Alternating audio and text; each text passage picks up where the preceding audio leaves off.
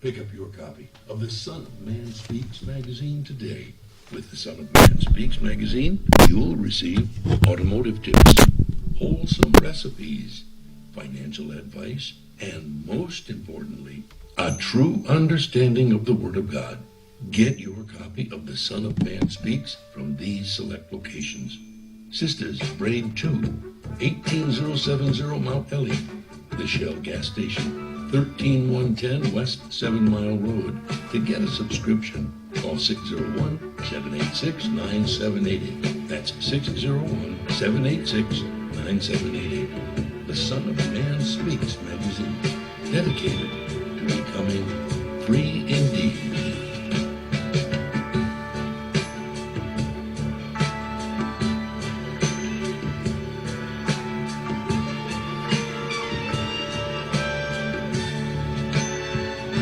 Attention, brothers and sisters, viewers and listeners, now available.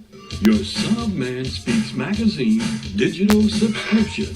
Your digital subscription to the Son of Man Speaks magazine will also include our monthly e-newsletter, both delivered to your inbox.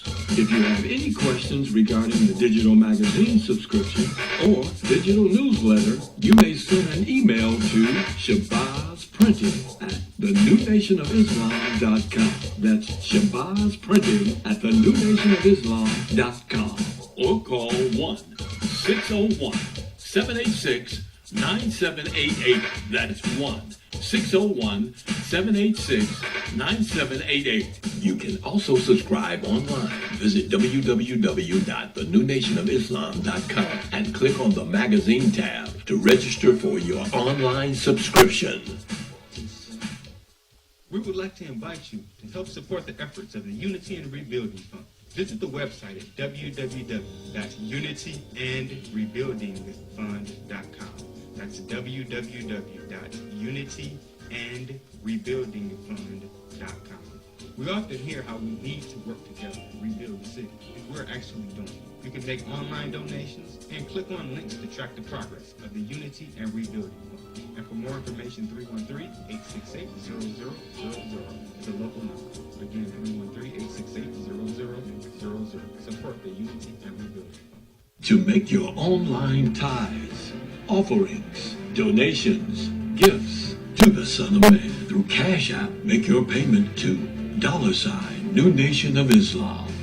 That's $New Nation of Islam. Or call 601-786-7056. 601-786-7056.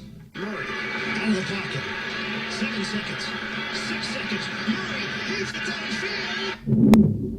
Oh, man, the power's out again. You have reached Quality Construction and Engineering, your #1 emergency generator source. Power outages can be unpredictable, inconvenient, and disruptive to your life. With a backup generator, your life goes on uninterrupted with power when you need it. Not to mention the peace of mind of having your property suited to weather the storm. Whoever would have thought in Houston, Texas, that we would have an ice storm? It did happen, and that Sunday night when it came in, I got up and looked out the front door. Everything was pitch black. It was horrible. Something out of a novel or science book that you had never seen before. Once the lights went out, my generator popped on. It ran 55 hours. The only one had lights. Get your backup generator installed with Quality Construction. We install both residential and commercial generators, so you're always covered.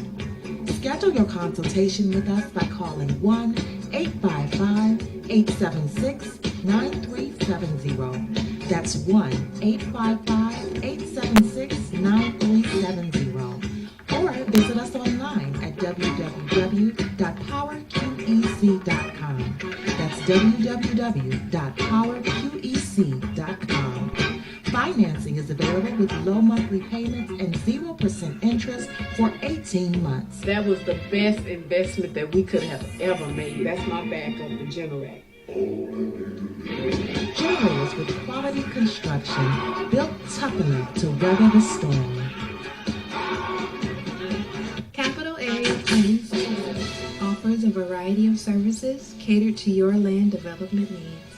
We offer landscape design, residential design, land planning, mapping and consulting services, and more. We have over 20 years of design and land planning experience. CAPS LLC offers services to developers, builders, architects, surveyors, contractors, government agencies, and private landowners.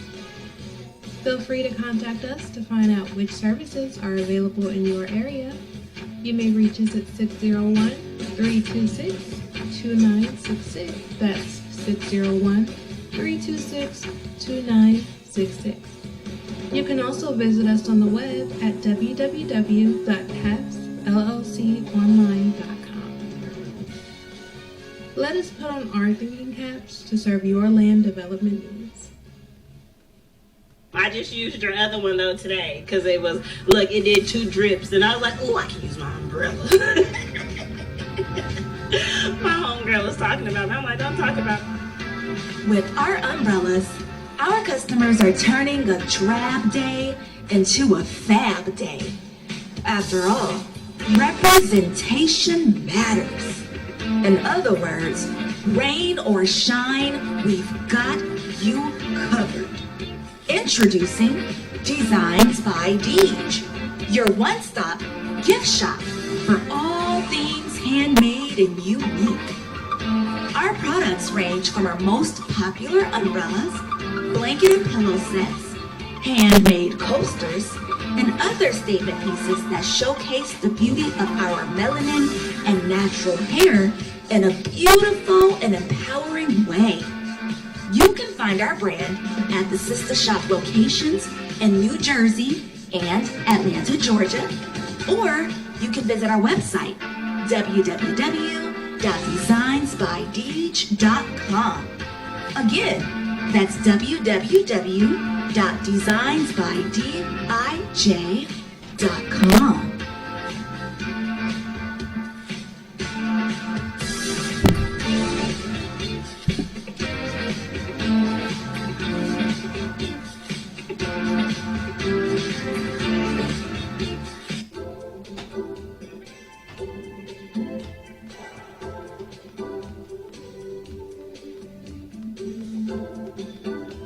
Are your clothes coming apart at the seams? Universal Seamstress and Tailoring has got you covered.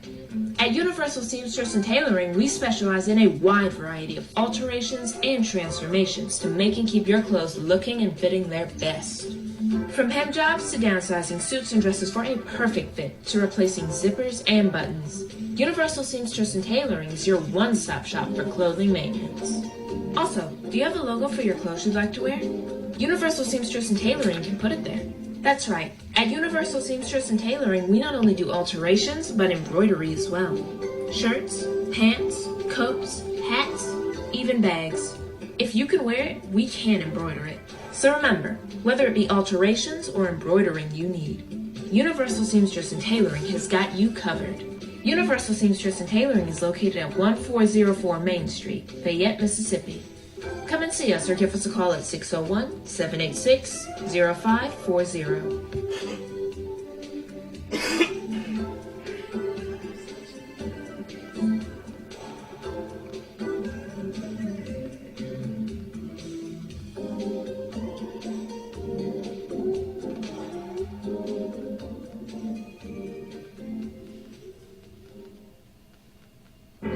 Detroit, we are at where? Hey, Larry, we are right here on Mount Elliott in Detroit at Sisters Braid 2 Hair Salon. Well, I'm talking, going to clean this place. It looks like Beverly Hills or something. Absolutely beautiful. You guys know I wear my braids. Larry's going to buy me something. It's going to be a hairdo, guys. It's going to be my hair today. Hey, braids.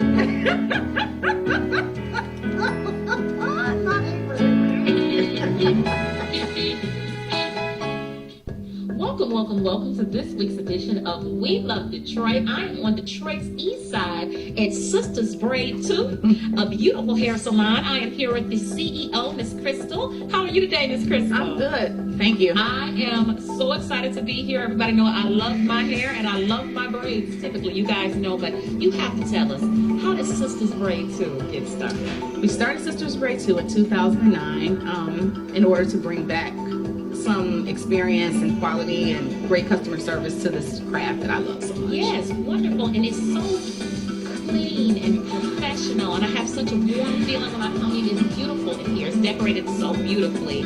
What made you come and choose this spot right in the heart of Detroit, on Detroit East Side? What made you come here? Well, we have this building and we just wanted to do something with it. It's a collective effort from the New Nation of Islam. And we came in and they allowed me to decorate it and set up like I wanted to. And that's how we got started with that. Now listen, not only do you guys do braids, because that's what's in the title, but you don't only do braids, you do all hair care here, right? Yes. Let's talk about some of the other services you offer. Yep, so we offer all phases of braids, but we also offer natural styles like two-strand twist, scalp twist, men's braids, children's braids, press and curls. The only thing we don't do is chemicals. Yeah. Perfect. And that's, you know what, that's really important for all year round. And it's so huge now. It's been about protective styles for our hair, not just for the winter month, but all year round. It is important to protect our hair the best we can. And you do all styles for that. So I love that. But let's talk about an important product that you have, a really well-known product. Let's talk about it. Okay, right. That's our Sister Shea oil.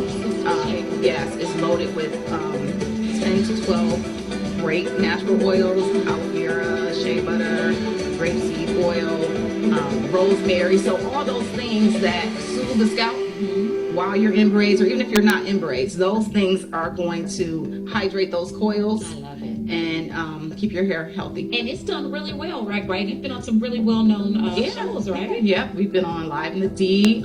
We've been on Channel 7. We're featured in Small Business Saturdays. Fantastic. We have the Spirit of Detroit Award. She's on the Spirit of Detroit Award. Yeah, and now she's on Detroit Award. We love Detroit. Absolutely. Now she's come around. Yes. Absolutely. We just love it. Right here, Sisters Shea is the product. Sisters Braid 2 is the shop. When are you open, Crystal? We're open Tuesday through Saturday.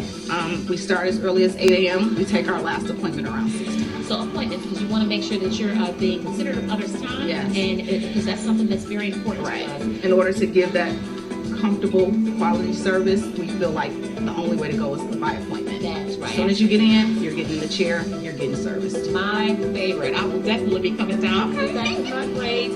You guys must too. It's beautiful in here.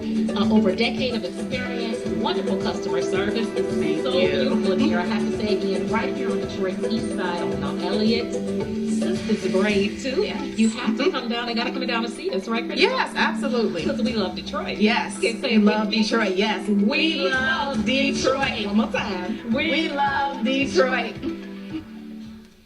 Hey, another show, Ginger. Larry, wasn't that so nice? It was fascinating. You know, it's amazing what people can do when they put their mind to it. Absolutely, especially in this beauty industry. You guys have to make sure you come on down to Sisters Braid too. This is you. Yeah. In your own neighborhood. Larry didn't buy me a style today, but at least I got an appointment for next time. Okay, you're smart. Oh, sorry. SOS Graphic Design provides agency-quality professional graphic design services from established companies to startups and individuals, creating a simple logo to complete rebranding and delivering visual communication with print media. Everything SOS Graphic Design does has a single unifying objective: to set your business apart. We are at your service. Call 313-342-2166. That's 313-342-2166 or online at www.sosgraphicdesigns.com. The views and opinions expressed on the following show are not necessarily the views and opinions of WHPS, its affiliates, management, or sponsors.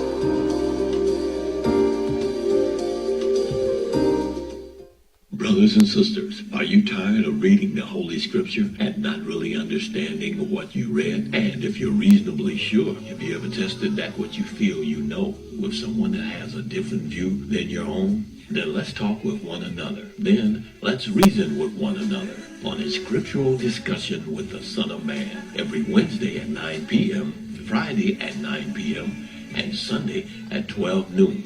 On WHPR TV Detroit Live, 88.1 FM WHPR, and Comcast Cable. Why don't you call and discuss the Holy Bible, and if you have one, the Holy Quran, and come to an agreement about the Holy Scriptures and their true meaning? You can call in live on the air at area code 313-868-4336, 313-868-0342, or 313-868-0351. That's 313-868-4336, 313-868-0342, or 313-868-0351. And now, let's go live with a scriptural discussion with the Son of Man.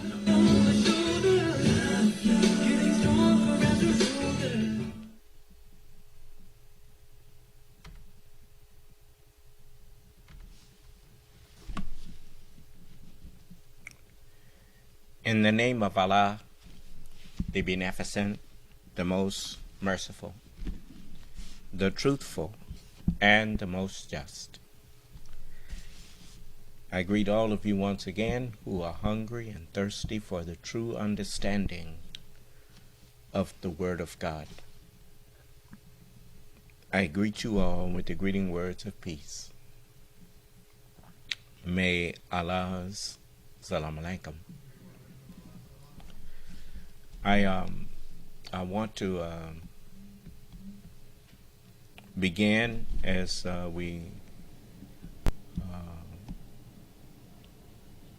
always intend to do, and that is with giving you who have questions or disagreements with something that we have taught, whether it is myself or the Honorable Elijah Muhammad,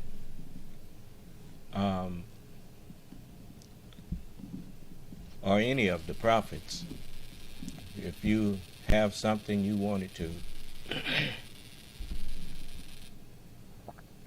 question us about, we'd like to place ourselves at your disposal. If you cannot answer questions on what you claim to be teaching, then you should not be teaching it. It's one thing to be delivering a message.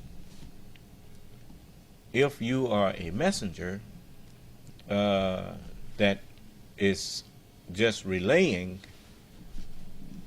messages from someone who sent you, then you're not obligated to answer questions about the message, because the message isn't yours. Do you understand? So if you notice, none of the messengers of God actually sat down and held class on the messages that they was bringing. They didn't sit down. And matter of fact, Jesus, he never explained anything. Even when he gave an explanation, it was obscure. And so, without a parable, he didn't speak to the people. And he told you that when the Spirit of truth is come, when the Spirit of truth is come, he will guide you into all truth. And that's my job. That's why it takes me so much longer to teach a class than all of these other people that's out in front of you teaching. You notice you'll ask me a question, and it may take me 15 or 20, sometimes half hour to answer one question to make sure you understood the answer and how I came to the answer. And so it takes time to unpack what's locked up in the deep thoughts of God. A good example of that is a little apple seed, a little peach pit, an avocado pit, a grape seed, all of the different seeds. You notice they are compact. They are closely packed, very dense. And as the sun unfolds them, you start to see all of that was locked up inside that little seed. It starts coming out and manifesting itself. It's a miracle. And don't you wish you could pack that good? Suitcases would fit in your pocket if you could do that. But anyway, they got these little vacuum seal things that helps you condense your stuff. But anyway, when you look at the creation, you start to realize that there's some deep thought went into these things. And so I want to talk with you this evening. Excuse me, I feel a little drained today. But you know, I know sometimes my followers they will ask me to go here or go there, and I tell them, no, I ain't gonna send you into that. And you know, just like with me, I go in places that, you know, just like that funeral I went to. That's where I got sick at. You know, I wasn't sick before I left here. And but you know, sometimes I can't say no. And besides, it did say in all the affliction he was afflicted, so I figured eventually I was going to have to ante up. But anyway,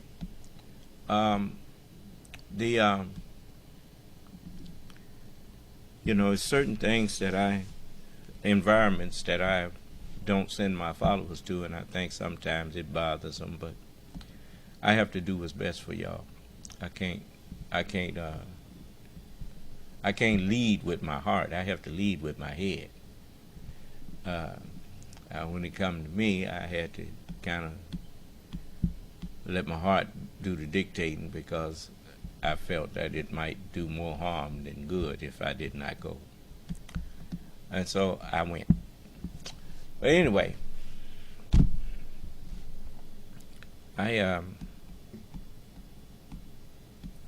what is, son? Yes, sir. We have a question from Thomas Rogers. Okay. And he says, I was wondering about these murders in Florida and the murderer turning the gun on himself.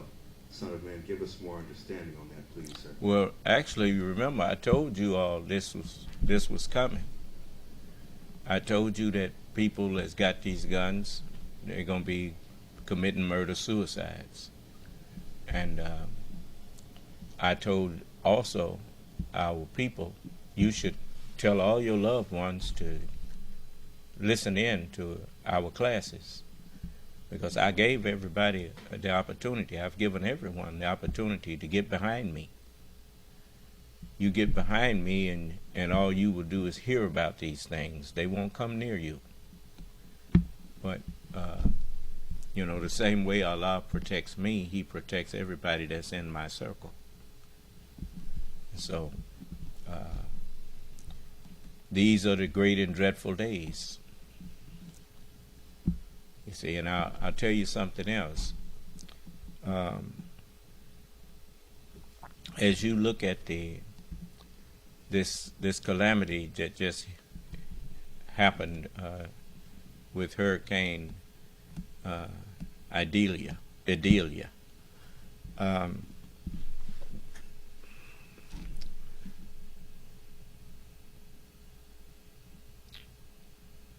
the way that Allah taught this current ruler, this Caucasian, in these last days here, you know, he didn't set this. The United States is not even 300 years old yet, and so it's close to it, but it officially came to birth in 1776. I think that's the birth date, July 4th, 1776.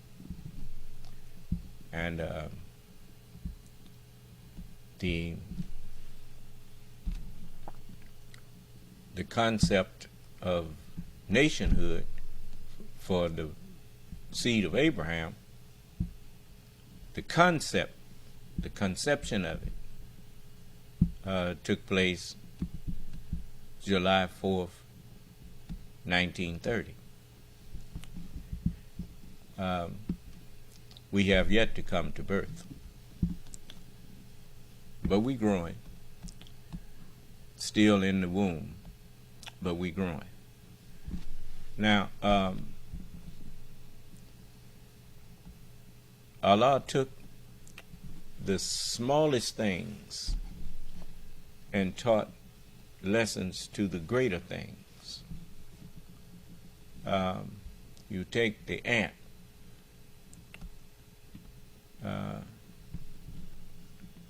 The ant is to most of us, insignificant little creature, but they form a community that their numbers and their unity makes them formidable. And that lesson of unity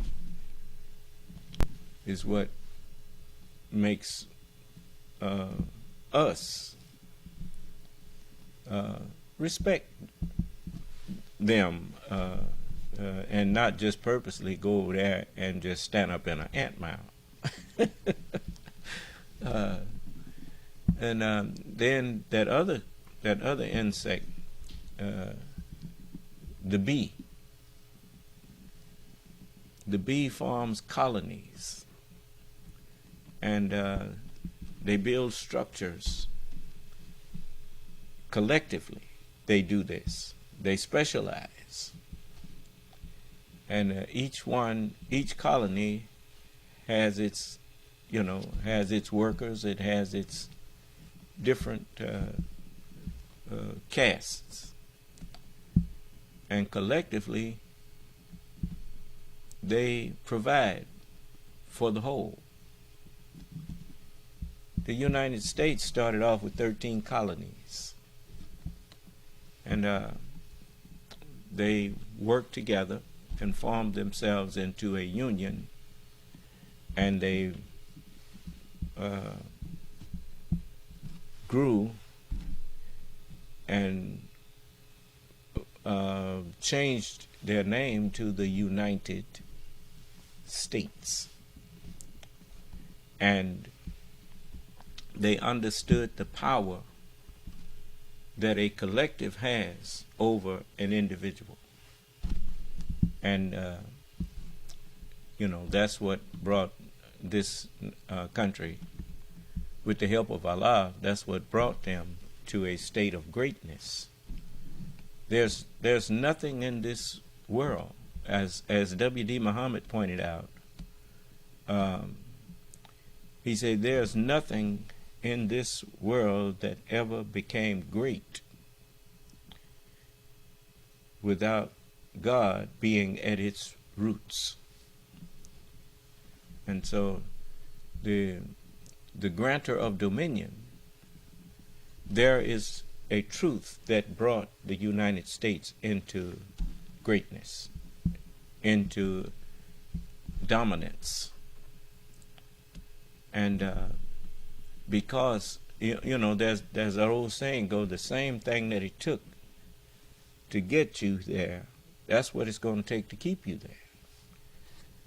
You cannot start off with the truth and then give your allegiance to a lie and think your kingdom is going to stand. It's not going to happen. So I'll show you an example. Why does the United States, if you look at the history of the United States and the calamities that happen all over the earth, why is it that most of the time the U.S. has the most charity towards all of those other nations that are hit by terrible disasters and whatnot. They have what you call disaster relief. Here in the United States, they have a disaster relief program, where they aid other nations. The Red Cross and other nations, they have, I think Turkey has the Red Crescent or something like that. But most of it is all, the vanguard of it was the United States.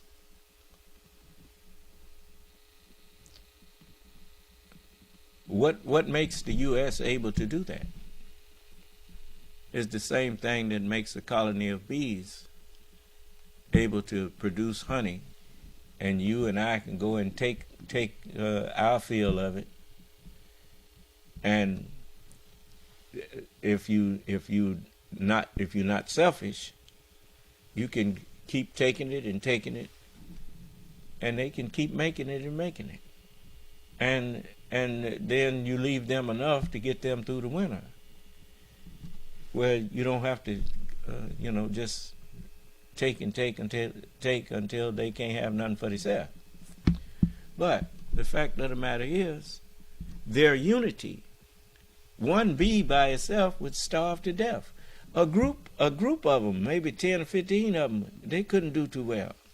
But that whole colony, they make enough honey to feed us and themselves too.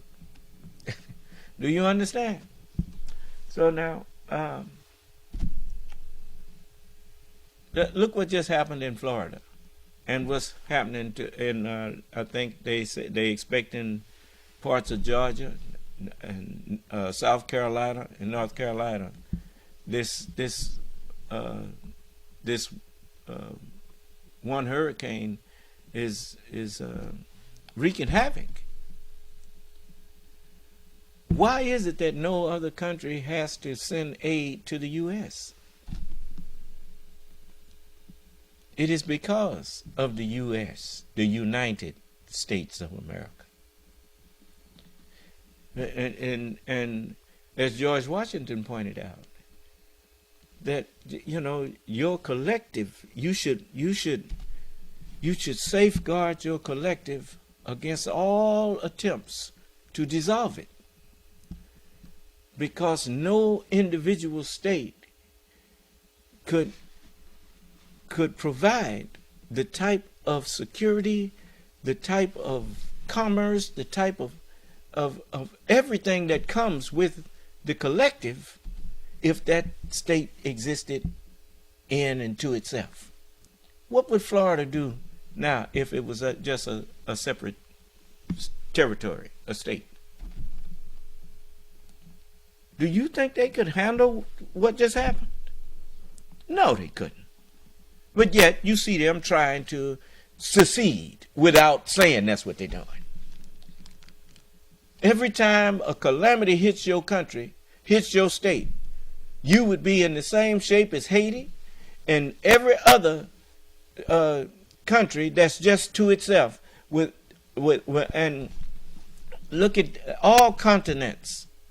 All continents should have a duplicate of the United States. They should work together and respect each other's rights to life, liberty, and the right to pursue a happy life for themselves. And they should respect each other's right to choose their leadership, but they should all unite for what is good for everyone on that continent. And you've seen living proof of it on this continent. A new nation that had never been one like it.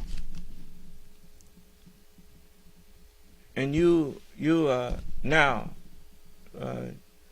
letting a few greedy, selfish, immoral men take you down a path that all of you know the end of every dictatorship that you've ever had, it always ended bad.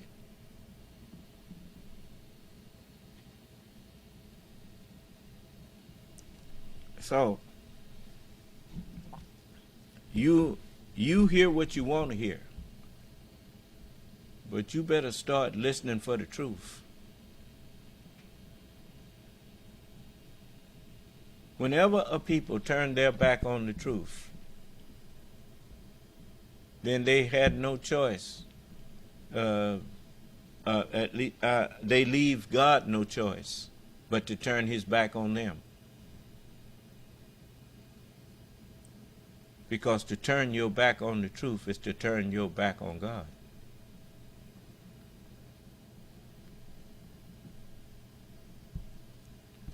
You sit up out there and you hide up under the lie that you believe in God and that you trust in God, but you lying. Whenever you put your trust in lies, you have turned your back on God. That's why you can't come in here and have a civil dialogue with me, because a liar shall not tarry in my sight.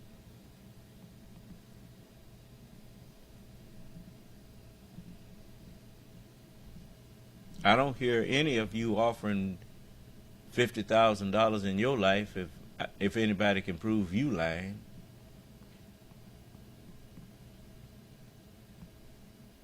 I offered you $50,000 in my life if you can make a lie out of me. What is it, son?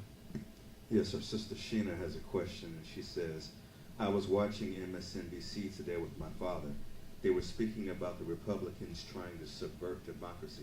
Can you give some more clarity? I've already told you all about that. That's what I'm talking about right now.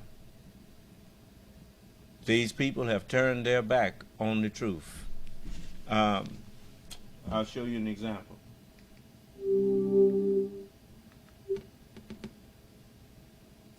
Now, this was the Ari Melba's broadcast today.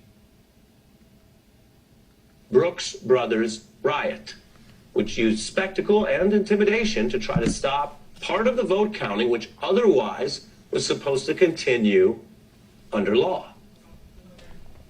A crowd of people going in there, storming that room, trying to take it over, and forcing that board. What is it? Just a moment. Did you ever disconnect this stuff over here?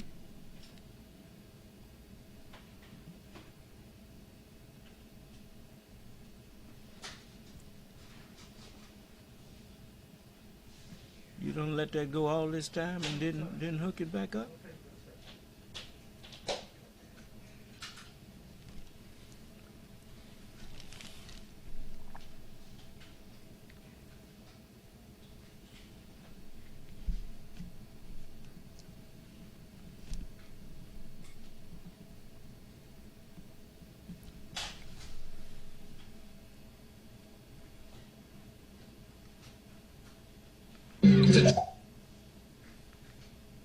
Brooks Brothers riot, which used spectacle and intimidation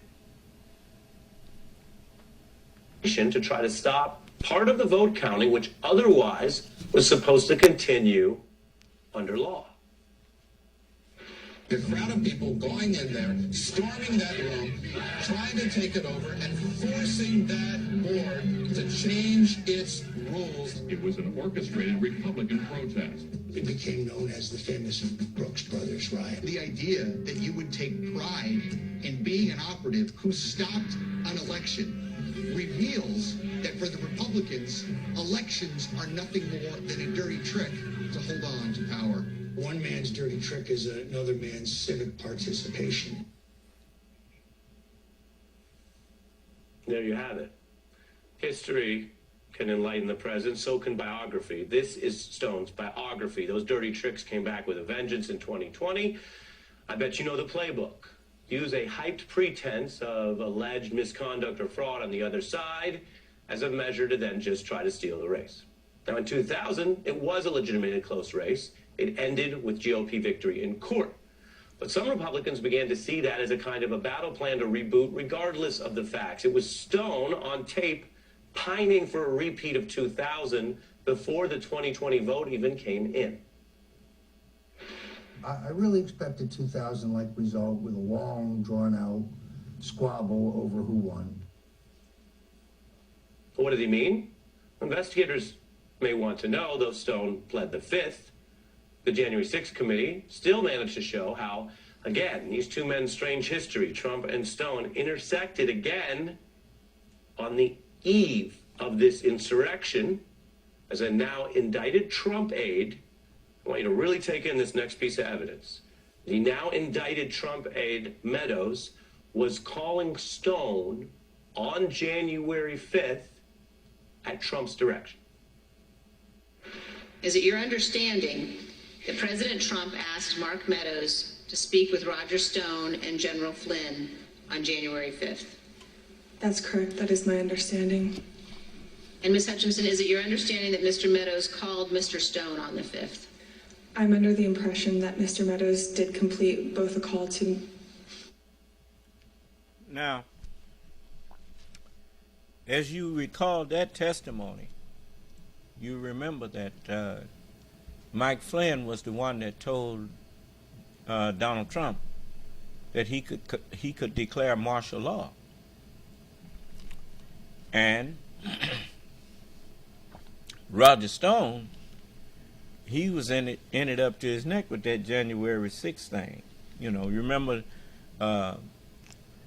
when, see, it's certain things you don't have to,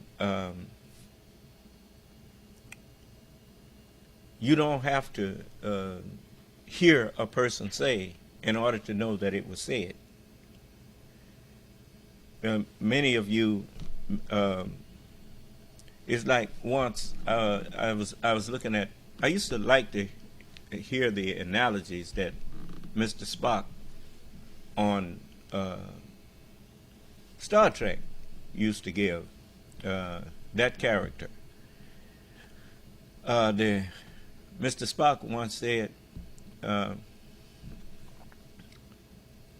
if you throw a hammer, you don't have to see it to know that it fell. Do you understand?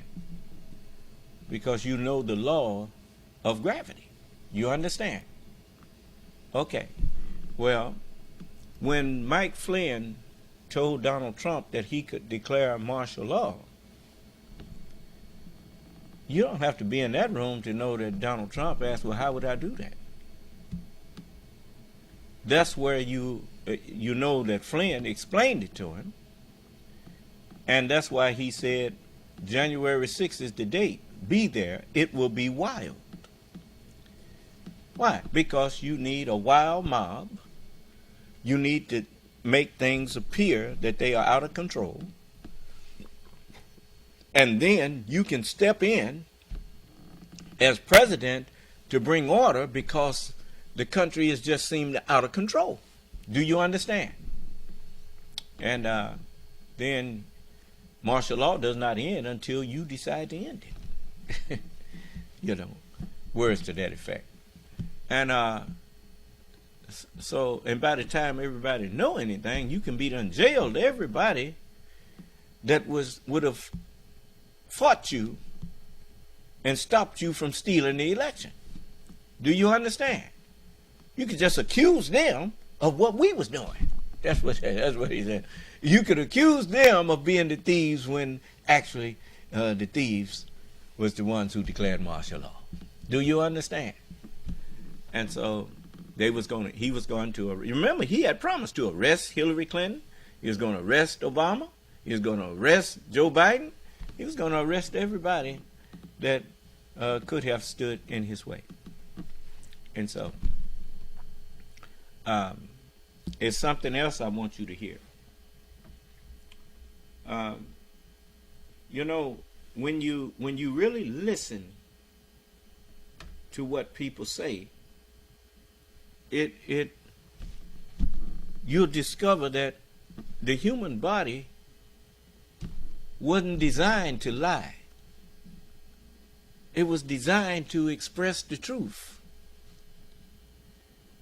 Listen to the words that Donald Trump says to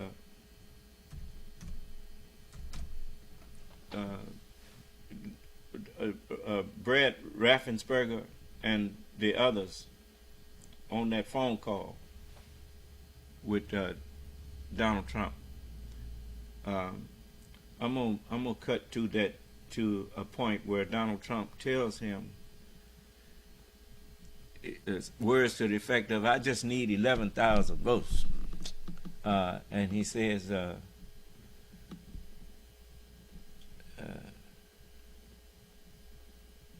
I'll let you hear it.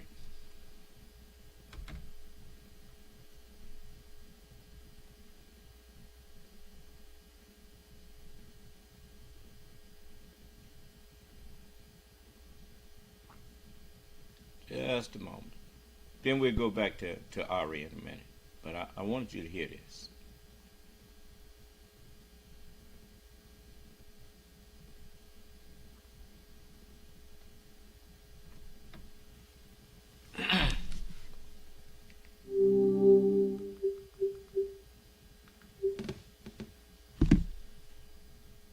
Because they dumped ballots into Fulton County and the other county next to it. So what are we going to do here, folks? I only need 11,000 votes. Fellas, I need 11,000 votes. Give me a break. Now, listen to that. He said, "Fellas, I only need 11,000 votes. 11,000 votes. Give me a break." He knew he lost that election. He was telling Raffensperger, just say you rediscovered 11,000 votes. 11,780 votes. Do you not see? It's right there.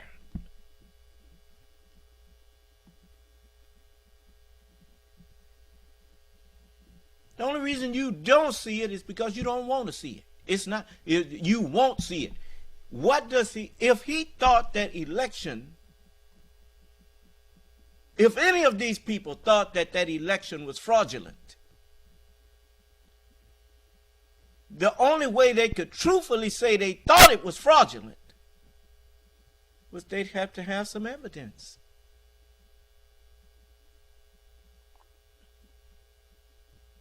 That's, you cannot just out of the blue say that a referee called something bad or whatnot. Well, let's see the instant replay. Do you understand? Mr. Raffensperger even told him that tape that you showed that they showed you of the arena, the State Farm Arena, I think that's what they called it. It had been doctored. We will let you see the real thing. I will email it to you. I don't need to see no email. That's what he said. He knew it had been doctored.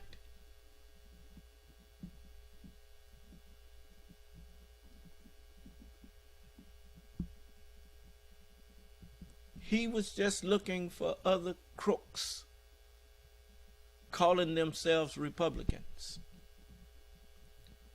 You need to stop calling these people Republicans and call them what they are. They are traitors. They called themselves that at the beginning. They called themselves the Tea Party. I told you why they called themselves the Tea Party.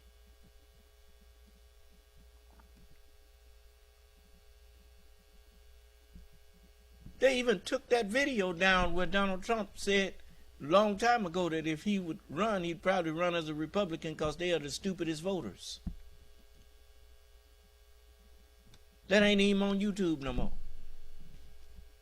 I wish I could would have recorded it when it was said, but at the time it didn't because he called them the stupidest voters. These people, every time there is a calamity in this country and all of the states collectively, the funds and the tax money that comes from all of the states part of it goes to FEMA. That's where FEMA got set up, Federal Emergency Management. Huh? And they step in and they start handling it. They start, the governor ain't got to do it by himself. He asked the president to declare a national emergency, and then the whole nation comes together in FEMA. That's already set up to go and aid that state to recover. Isn't that something? That's why the United States don't never need countries from the outside to bring any kind of care packages or anything to the United States, because the United States is truly self-sufficient. Do you understand? And they ready to throw all that away just so that some greedy dogs can have their time, their little queen for a day or king for a day, which will amount to maybe 20 years or whatnot. They're willing to trash the country just so they can be dictator for 20 years. Do you understand?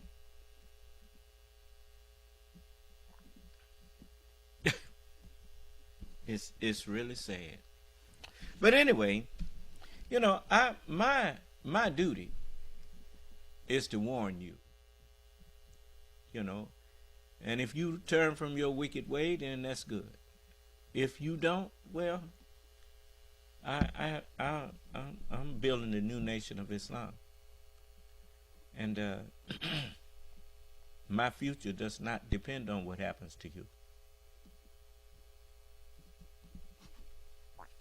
Allah is independent. And so if you want to tear your good thing up, if you want to trash your country, that's you. But you want to let a man like Donald Trump is a coward and a fool.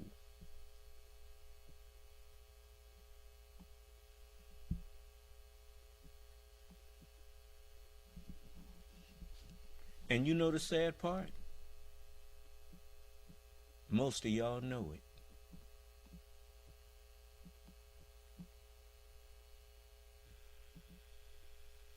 I said, most of you, you know he's a coward and you know he's a fool.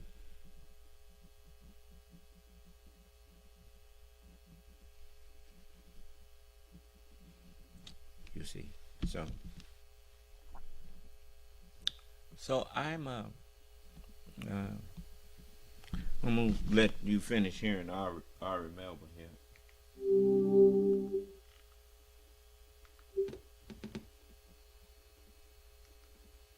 Mr. Stone.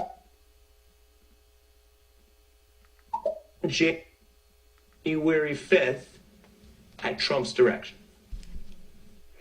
Is it your understanding that President Trump asked Mark Meadows to speak with Roger Stone and General Flynn on January 5th? That's correct. That is my understanding. And Ms. Hutchinson, is it your understanding that Mr. Meadows called Mr. Stone on the 5th? I'm under the impression that Mr. Meadows did complete both a call to Mr. Stone. Completed the call to Stone. So take this together. Stone is a convicted Trump advisor known for his dirty tricks. Stone was spending those same early January days in direct contact with now convicted seditionists, the Oath Keepers. There's footage of that on the day of January 6th. And Stone spent that post-election period with another convicted seditionist, Proud Boys leader Enrico Tarrio. We're looking at video of them together in mid-December 2020 in the lead-up to what became the later steps towards the January 6th activities. So, of all the possible things on then outgoing President Trump's mind on the eve of his last stand on January 6th, what was he doing? Trump was personally directing calls to felon Roger Stone, who was literally spending time with the leadership of two militias who led that insurrection violence, who infamously led those stack formations that breached the Capitol doorways despite police protection. I'm going to show just that part briefly again, because this might be some of the most underappreciated bombshell testimony from the momentous Jan 6 hearings. Is it your understanding that President Trump asked Mark Meadows to speak with Roger Stone and General Flynn on January 5th? That's correct, that Mr. Meadows did complete both a call to Mr. Stone. Complete? Yeah. General Flynn is the one that wanted martial law declared. And you can see that they set that plan in motion. Even had Overwatch up there to take care of the Secret Service when they got out them vehicles. There was going to be 2 dead martyrs. That Trump was going to stand up there and look powerful, like everybody was going to think they was trying to kill Trump. Because that's how he was going to spin it. Do you understand? And then he was going to honor those Secret Service men that the snipers took out. They called them Overwatch. Overwatch are snipers. And then that's what Giuliani meant when he told Cassidy Hutchinson that Trump is going to look powerful. See? And so I mean, they had the plan. You remember all of them was talking about the 6 wasn't going to be like you think it was. Think it was. You know, what was that old boy that got pardoned for scamming people on the wall? Talking about he's collecting money to build a wall. Steve Bannon, yeah, and you know, he was boasting on how January 6th was gonna fool everybody. You remember that? And so these they had their plan. I'm gonna tell you something. One of the wild cards of intelligent people is that most highly intelligent people are what you call nerds. They ain't got a lot of fight in them. You understand? That you notice most of the real smart people when you was in school, the smart ones, you hardly ever saw them in a fight. But you did see them get bullied. You understand? And so that's one of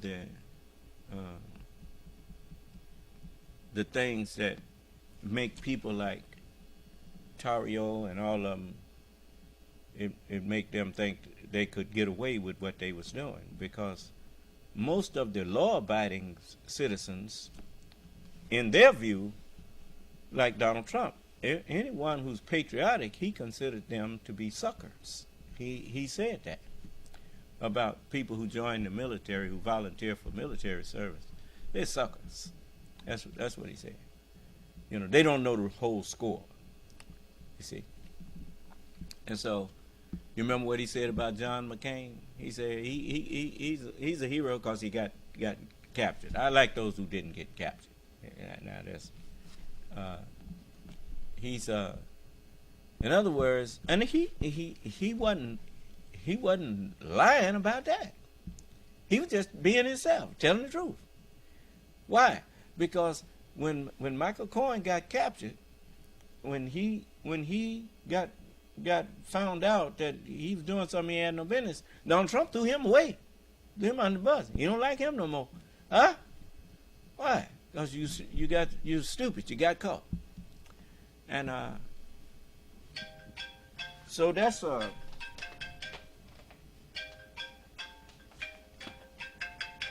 I'm gonna answer this because I don't know what we're in class right now. You need to be in class if you one of my followers. So call the conference room. All right.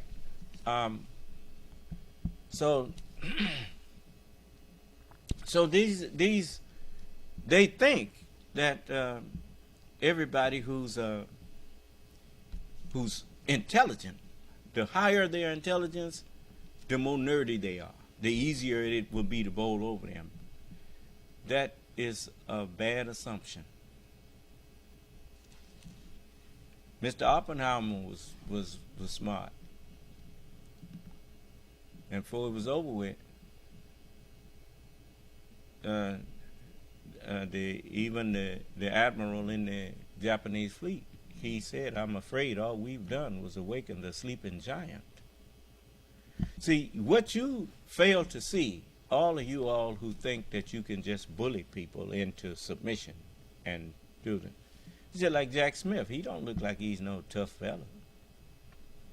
But have you noticed that your scare tactics don't bother him? Fannie Willis, I mean, that woman ain't scared nothing about what you think you gonna do to her. Any more than I am. And I ain't never been no bad actor. I ain't never been nobody who just walking around thinking that I could whoop everybody. I knew better than that. I done had my behind handed to me before by somebody that taught me a good lesson. And but we fought more than once. It didn't happen that way the second time or the third, because I had a reason to fight. So you're gonna regret starting this. It's just like all of you cowards out there that keep talking about you want a race war or whatever. No, you didn't want no race war. You wanted a massacre. That's what you wanted. Because you know black people ain't got nothing to fight you with. You damn idiot. At least you think we ain't got nothing to fight you with. But this air you breathing is weapons for me. That hurricane, Idalia, that's my Air Force. Even COVID, that's my Army.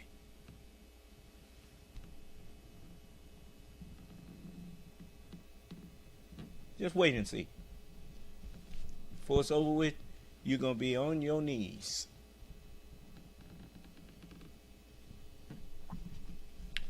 All right. And the ones that I'm talking to, they know who I'm talking to.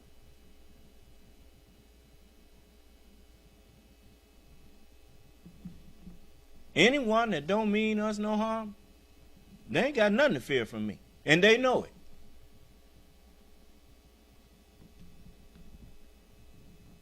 I didn't start this. You did. But I'm going to finish it. You mark my words. Now, let's let Ari finish.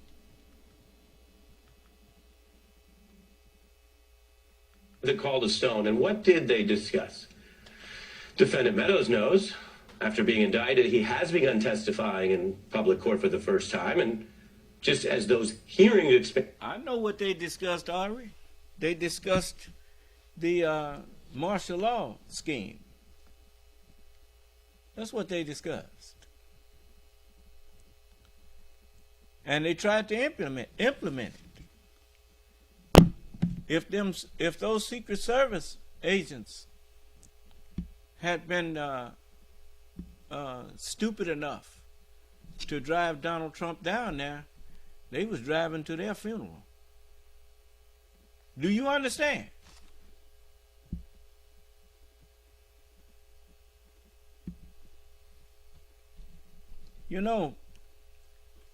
If you didn't know nothing else about, if you had paid attention, can you name one person that Donald Trump was loyal to? Name just one person that Donald Trump has been loyal to.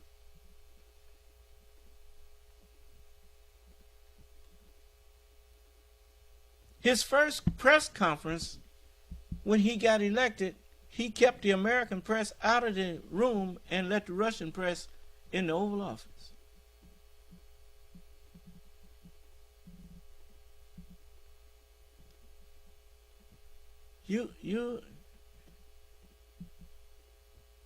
And the reason you approve of that is because every one of you is a traitor yourself.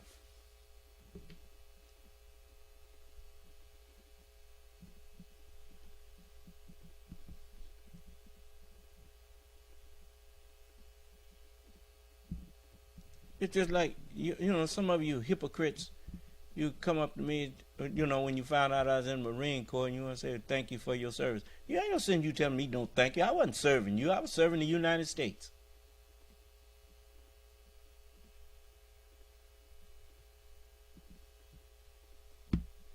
It's your sorry ass.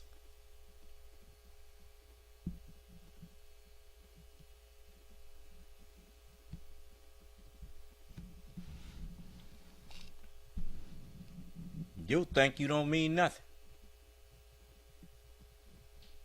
Backing a man like that.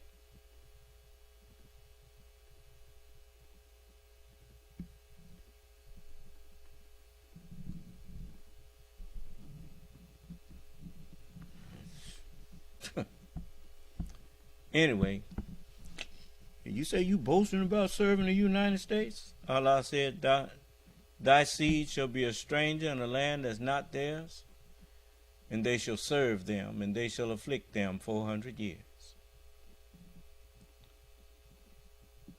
Allah said, do it. I did it. And also that nation whom they shall serve will I judge. And now it's hard to judge somebody when you don't understand them. But I understand. I understand the United States. I understand its military. I understand its school system. I understand its religious doctrine. I understand its people. I'm your peer. And I am judging you. And your knowledge has been weighed in a just balance and has come up wanting. So wanting that I can stand up in front of you and offer you $50,000 and my life if you can prove that I'm teaching something that is erroneous. Including the fact that the Honorable Elijah Muhammad said Allah revealed to him that the white race is a race of devils. You used to call that hate teaching. Come in here and tell me it was hate teaching. Stay on that phone. And let's me and you go in the scripture and see if we can find that.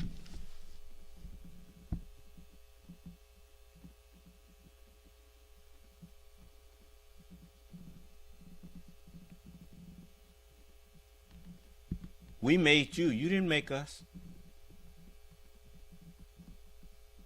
Even that which you made out of us, we taught you how to do it.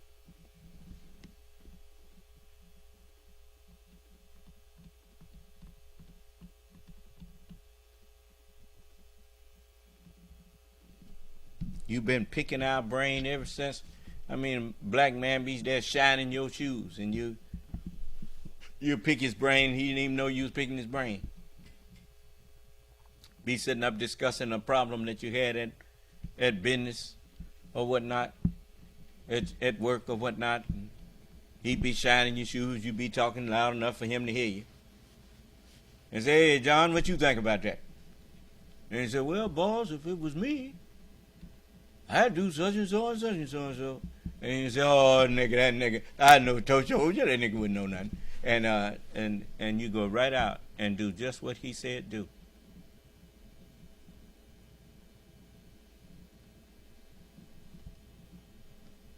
Your adversary, the devil, Jesus taught us this. Your adversary, the devil, came for to steal, to kill, and to destroy. You've been stealing knowledge from us ever since you laid eyes on us. Just like you stealing a hearing right now. You know I'm the Lord, but you won't submit. You think you better than me, huh? Wait and see. Just wait and see. I offered you salvation. Just remember, I offered it to you. You turned it down. So don't come back later talking about, Lord, I understand now. Because when you meet me as I really am, there ain't going to be no conversation. There's just going to be executing of judgment.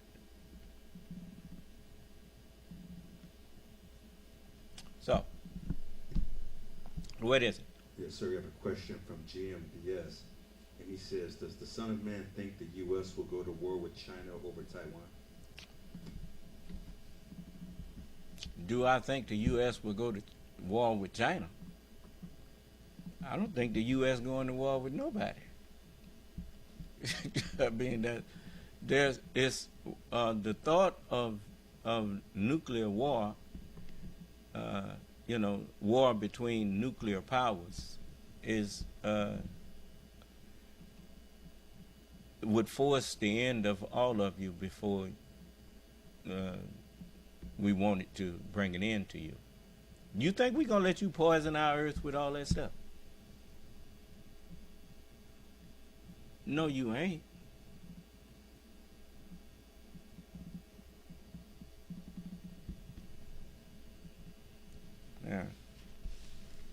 Yeah, the book said there shall be wars and rumors of wars. Yeah, there's wars going on now. Ukraine and Russia. But those are not two nuclear powers. And there's rumors about what China might do or what not. No, that would be suicide on whoever wanted to start something like that. Especially if you attack this country while I'm here, you just committed suicide, boy. You think Allah gonna let you do something to me? Long as I'm in this country, ain't nobody gonna attack this country. Not in win. And nuclear weapons is completely out of it. Allah make that stuff blow up in your silo. You must don't understand the electrons are in. You don't control electrons. Allah controls all electrons.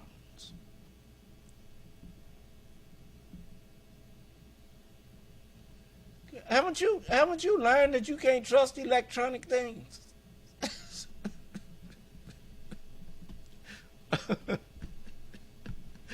You go on and keep planning. You gonna wish you hadn't. There's people around here used to be planning on me. Now all of them in the cemetery.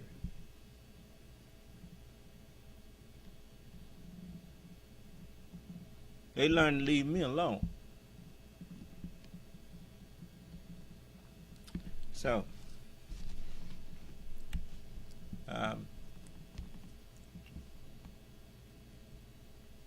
I'm here to offer the world salvation. The book says that you'll notice ain't nobody telling me that they have a religion that they want to discuss with me because their religion is the true religion. I done did away with all of the religions. Name a religion that I have not condemned. Name one.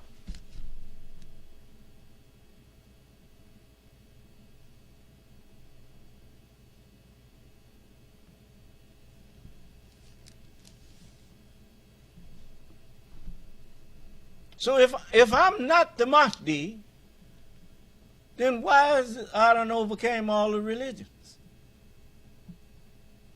Is it Allah?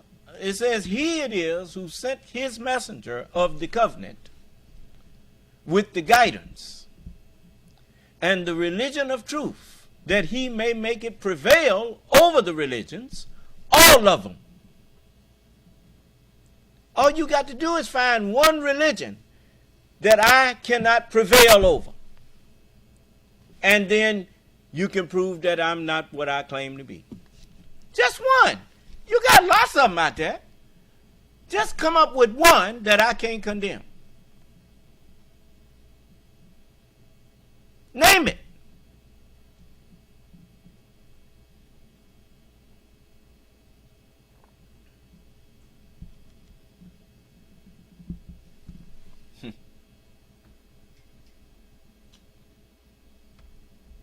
See what happens when the truth comes? Falsehood have to vanish, don't it? Yeah. Say the truth has come. And falsehood must vanish. The true understanding of the word of Allah has come in the Mahdi. And the false understanding that's in everybody else must vanish. I didn't hear you. So now, let's go into these books. And maybe you listen now. And you can learn. For notice, in the opening of the Holy Quran, you notice, the term is titled the opening. Why does the Holy Quran open up with that chapter? The opening. Turn to see, you forgot. Let me see here. I like to show people things that, like, I'm kind of like the sun. The sun shows you things that was right there in front of you, that was hidden under darkness. Do you understand? Well, ain't that what it does? That what the sun does? Okay. Well, I'm the Son of Man, and I show you things of the Holy Scriptures that was hidden, that was right there in print, right there in front of you, but you never saw it. Do you understand? Okay.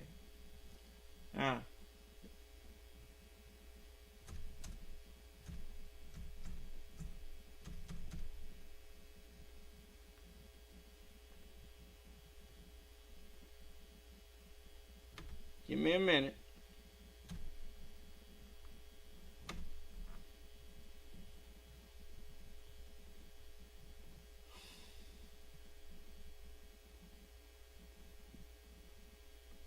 This is, let me show you.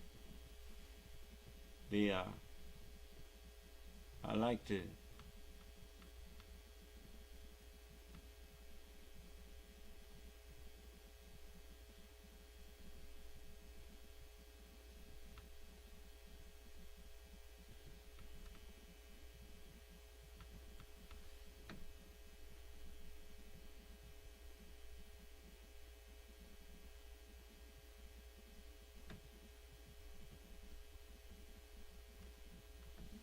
I'm going to start at chapter 6.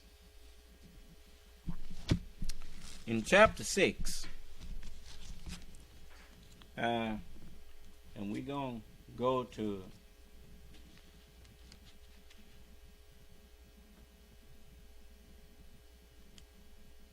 this conversation with Abraham. What is that?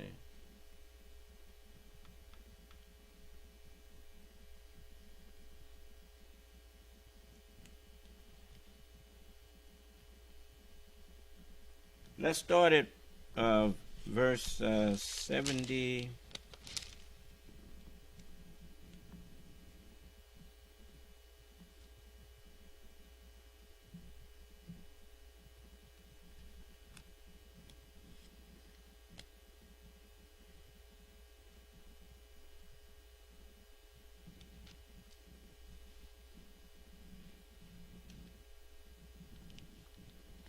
I'm going to start at the 61st verse. I'm so thankful to Allah that He guides me into the understanding of His words. It says, and divine judgment. And He is the supreme above His servants.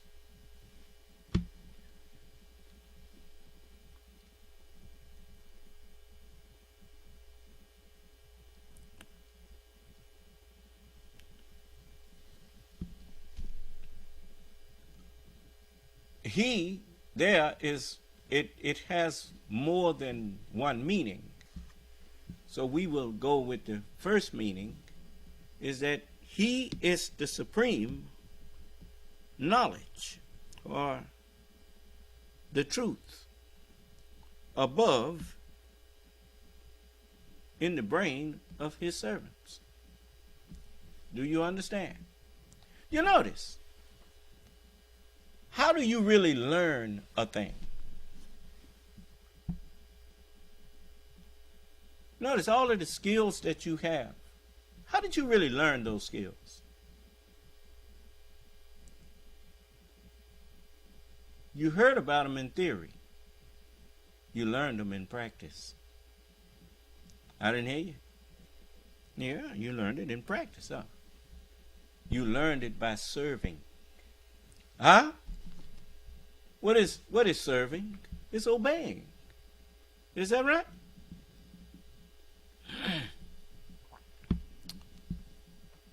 And He is the supreme one above His servants, and He sends keepers over you until when death comes to one of you. You notice, you came here empty and hungry. You came here empty and you notice that's one of the first things that a baby does when the baby is born,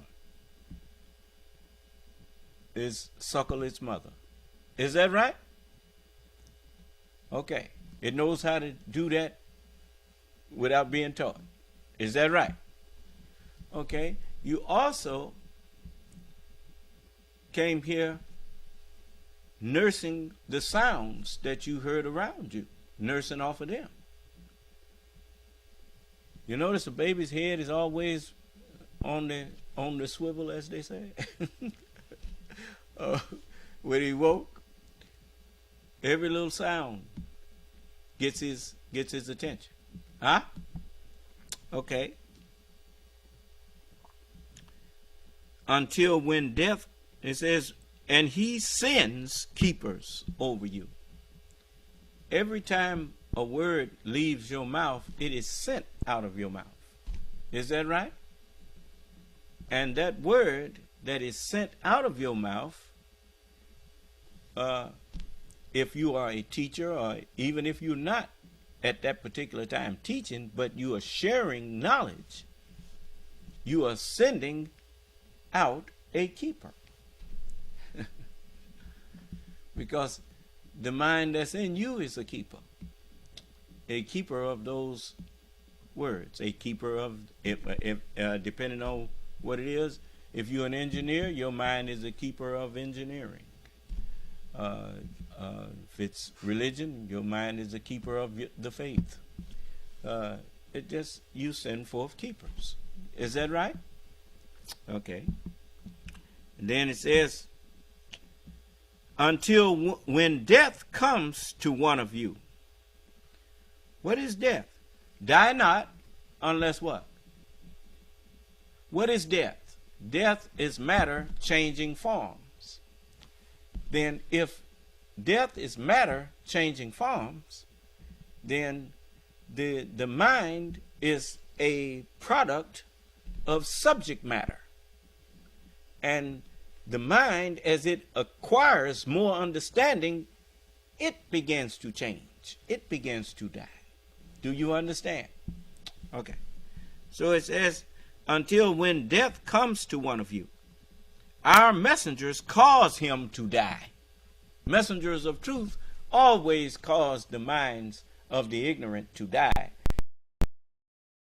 To understand. So our messengers cause him to die, and they are not remiss in their duty. The messengers are not negligent when it comes to the truth and sharing it like Allah intended. Then are they sent back to the truth, to Allah. Do you understand?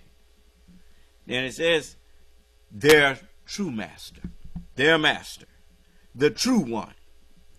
Now surely his is the judgment, and he is swiftest in taking account. Why? Because he's the best knower. He's the most knowledgeable. You see? You notice, mathematician, for the most part, the wisest one is the teacher. And as everybody is trying to come up with the answer, the teacher is the swiftest. Do you understand? So as it said, behold, I come quickly. I come swiftly. Then it says, say, who is it that delivers you from the calamities of the land and the sea? When you call upon him in humility and in secret, if he delivers us from this is what you say, we will certainly be of the grateful ones.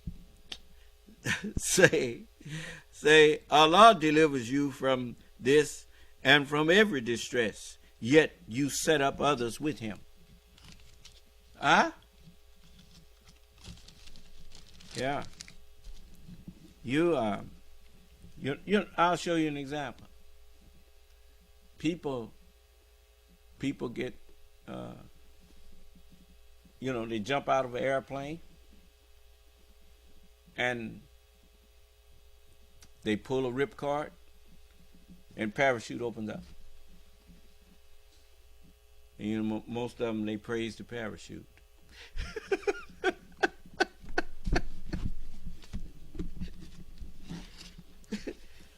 Not realizing that the parachute wouldn't be there if it wasn't for the truth that brought it there. You should be saying all praise is due to Allah. I didn't hear you.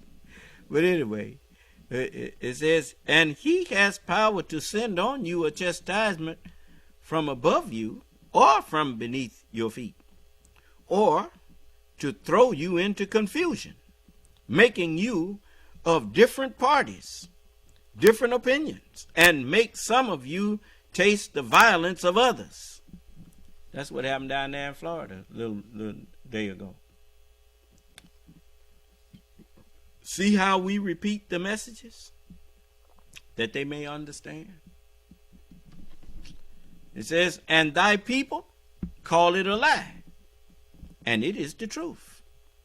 Say, I am not put in charge of you, for every prophecy is a term. That's right. To all things is a time and a season, ain't it? And you will soon come to understand it. You'll soon come to know it. And when thou seest those who talk nonsense about our scriptures, withdraw from them until they enter into some other discourse. And if the devil cause thee to forget, then sit not after recollection with the unjust people. That's right. And those who keep their duty are not accountable. For those who keep their duty are not accountable for them in aught. But theirs is only, your duty is only to remind others that they should keep their duty. Do you understand? Haply they may guard against the evil that they are doing. If you want to know what your duty is, you turn to Ecclesiastes. In Ecclesiastes, the 12th chapter and 13th verse. It says, let us hear the conclusion of the whole matter. Fear God and keep his commandments, for this is the whole duty of man. And those who fear God and keep his commandments are not accountable for them in aught, but their duty is only to remind others. Huh? That's that 69th verse in the 6th chapter. Haply, they may guard against evil, and leave those who take their religion for a play and an idle sport, and whom this world's life has deceived, and remind men. You know what this world's life is? They went forth conquering and to conquer. Huh? They went forth negligent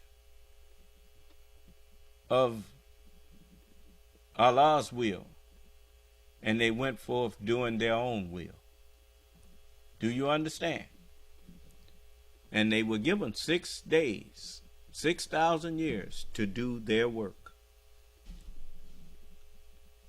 But the Sabbath day, they were told that it is a holy day, and whoever doeth any work in the Sabbath day shall surely be put to death. That's a dreadful day. Huh? It's a great day too, because it's the day of the Lord, where salvation is to be offered to everybody, including the ones who were cursed. Then it says, and remind men hereby, lest their soul be destroyed for what it has earned. Son of man, I've made you a watchman. Therefore hear the words of my messengers, understand them, and give the people warning. Go to the house of Israel and give them warning from me. When I say to the wicked that he shall die in his iniquity, and thou givest him not warning to save that wicked man's life, then he gonna die in his iniquity, but in his blood I'm gonna require at your hands. Huh? Okay. But if I warn you, he said, whether he hear me or whether he don't, he said, you have delivered your soul, son of man. So all praise is due to Allah. I've been warning you. It has beside Allah no friend nor intercessor. And though you know why you ain't got no friend besides Allah? Because you can't get to be Allah's friend unless you be like Abraham. And who is it that forsakes the religion of Abraham? But what? But he who makes a fool of himself. In other words, but he who said in his heart that there is no God. Then it says, for them is a drink. Pardon me.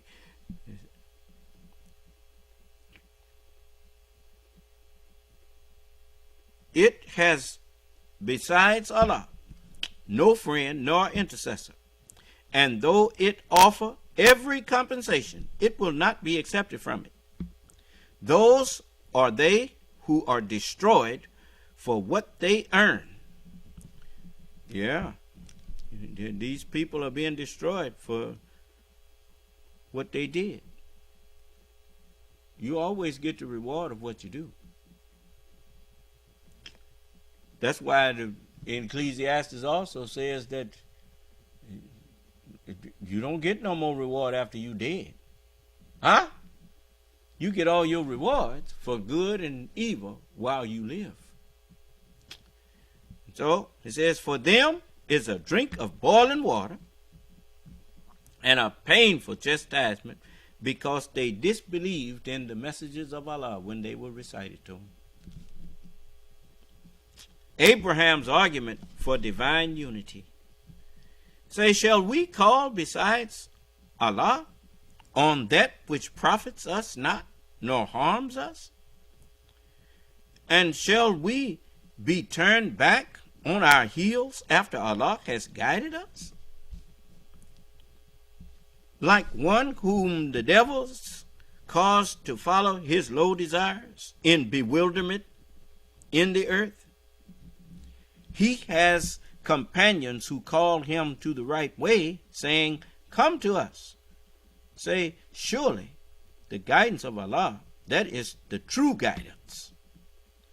And we are commanded to submit to the Lord of the worlds. We are commanded to submit to the truth. The truth is the Lord of all worlds. And that you should keep up prayer. Yes. You should always seek out the light of understanding before you act.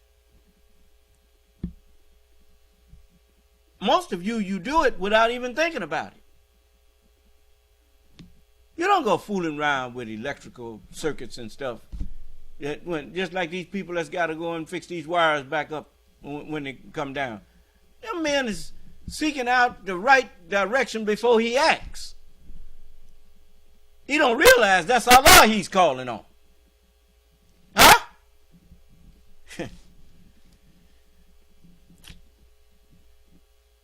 And that you keep up prayer. And then after you pray and guidance come, follow the guidance. Keep your duty. Huh? Why go in error when you know the truth? And he it is to whom you shall be gathered. Yeah, and he gathered them all together in a place called in the Hebrew tongue what? Yes. You see how I'm gathering you to the truth now? Is that right?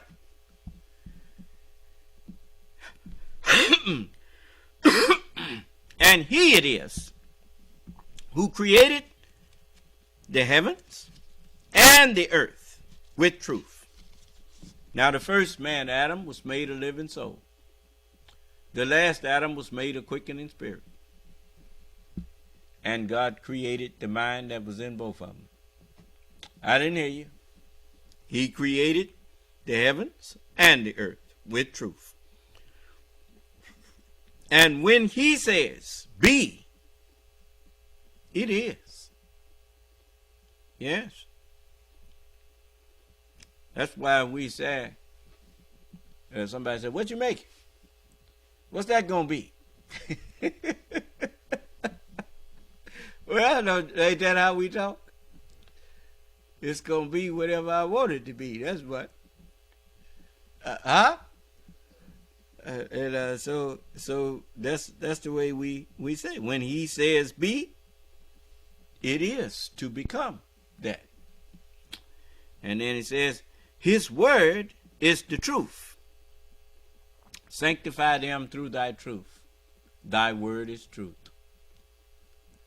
See how the Holy Quran reminds you of what's in the Bible? It says, his word is the truth, and his is the kingdom on the day when the trumpet is blown. Why? Because the one who's going to blow the trumpet is the one with the kingdom. That's Gabriel, the Son of Man, the man of God. Huh? The one that he said he's going to fashion sounding clay of black mud fashioned into shape, and then breathe into me of his spirit. You see? And I'm breathing the breath of Allah. My body, like your body, is breathing the breath of the earth. So all praises to Allah. Then it says, the knower of the unseen and the seen. The knower of the natural and the spiritual. That which is seen with the natural eye and that which can only be seen with the spiritual eye. Do you understand? And he is the wise one, the aware one, the one who is spiritually wise and aware of that which others are illiterate and can't understand. And when Abraham said to his sire, Azar, takest thou idols for gods? Surely I see thee and thy people in manifest error. And thus did we show Abraham the kingdom of the heavens and the earth, and that he might be of those having certainty. Yes. So when the night overshadowed him, he saw a star. He said, is this my Lord?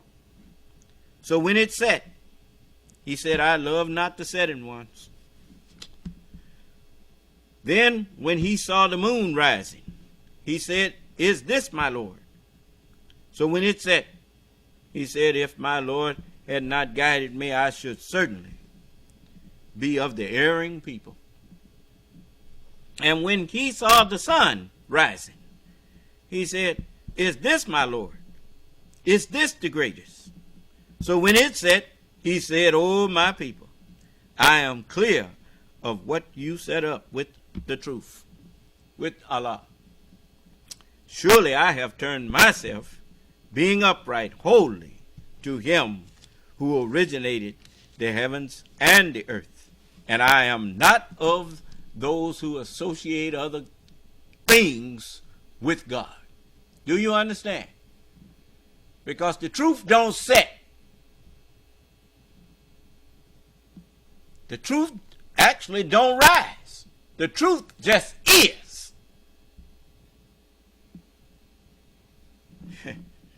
And his people disputed with him. He said, do you dispute with me respecting Allah, the truth? And he has guided me indeed in my deeds.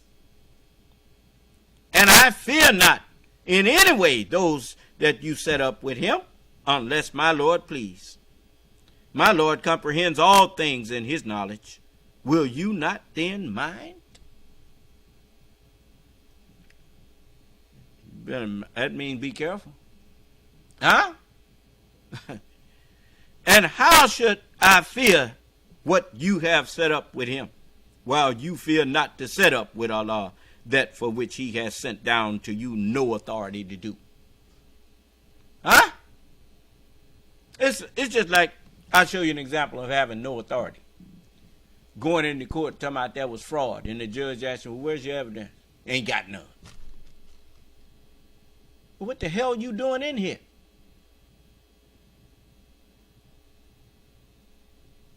That's what they're doing in there, bringing the hell in there. Do you understand? But anyway, let's go back. Let's go back in here. And it says, which then of the two parties is surer of security, if you know? Those who believe and mix not up their faith with iniquity, for them is security. And they go straight. They go aright. And this was our argument which we gave to Abraham against his people. We exalt in degrees whom we please. Surely thy Lord is wise and knowing. Knowing means understanding. And we gave him Isaac and Jacob. Each did we guide. And Noah did we guide before. And of his descendants, David and Solomon, and Job, and Joseph, and Moses, and Aaron. And thus do we reward those who do good to others. and Zacharias, and John, and Jesus, and Elias. Each one of them was of the righteous. And Ishmael, and Elisha, and Jonah, and Lot. See, if you didn't have the Bible, you wouldn't know who these people were. I didn't hear you. See how the Holy Quran is a reminder? And it says, and each one of them we made to excel the people. And some of their fathers and their descendants and their brethren. And we chose them and guided them to the right way. This is Allah's guidance, wherewith he guides whom he pleases of his servants. And if they had associated others with him, all that they did would have been vain.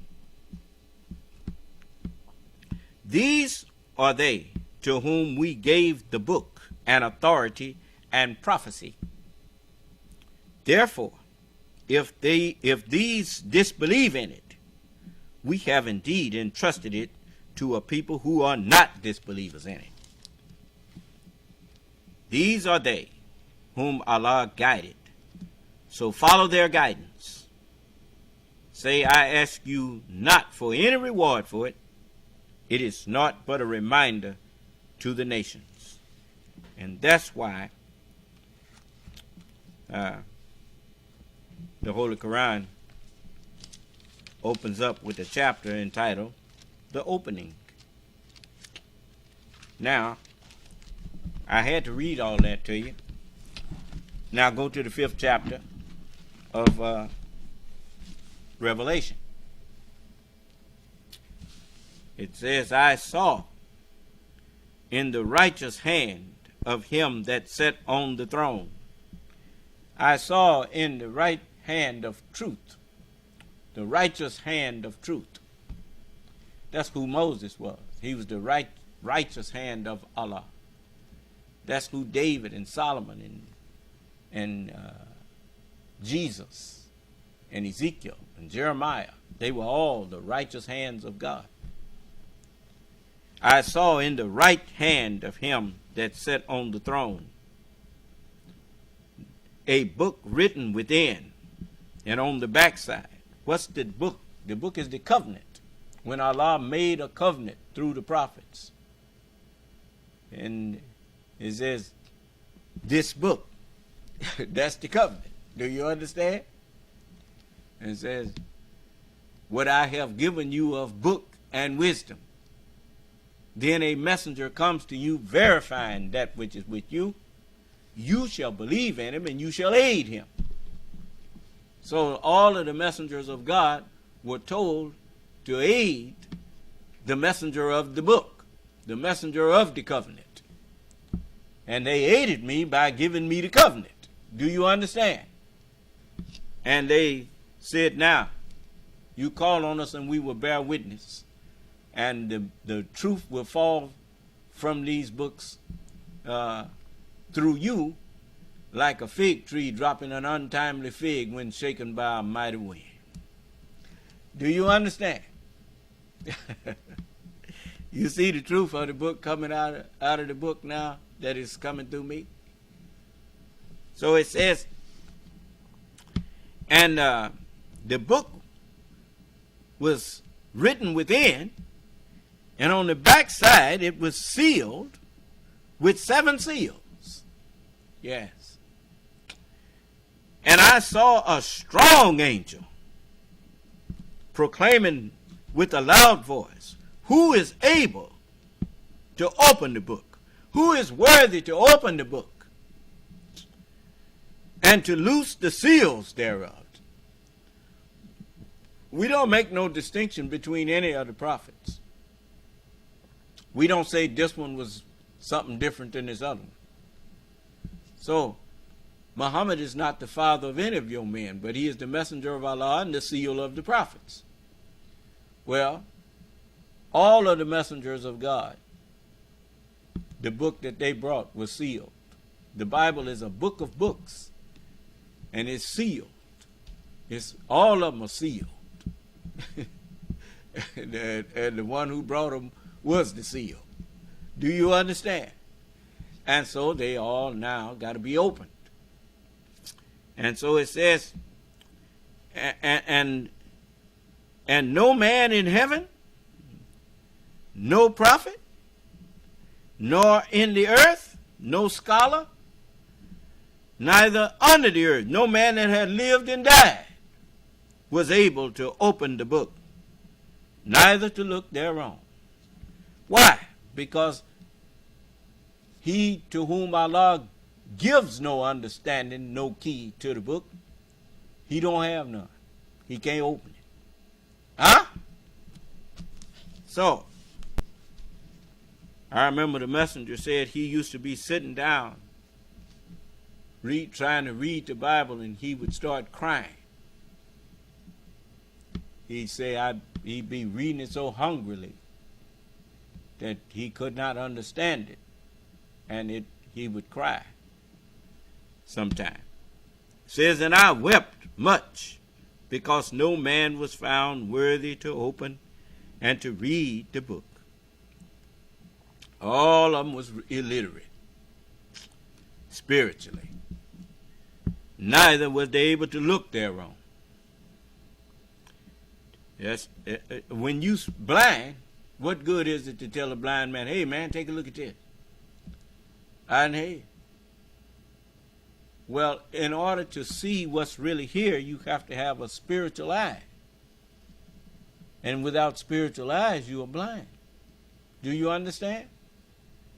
Every member of your body can't see. There's only one seeing member in the body. That's the head.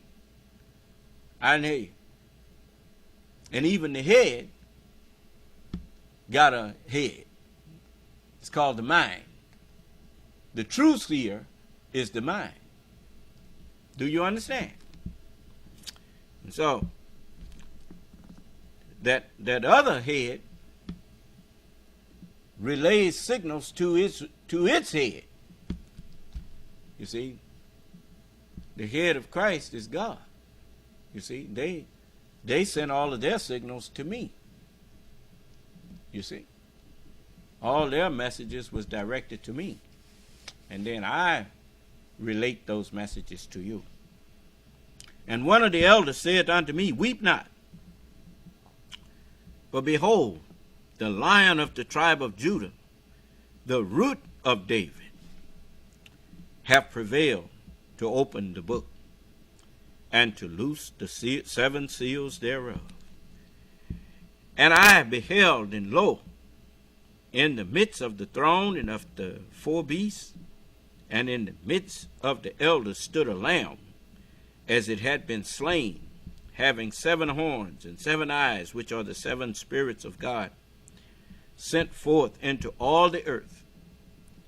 And he came and took the book out of the right hand of him that sat on the throne. What is that? I was told to take it.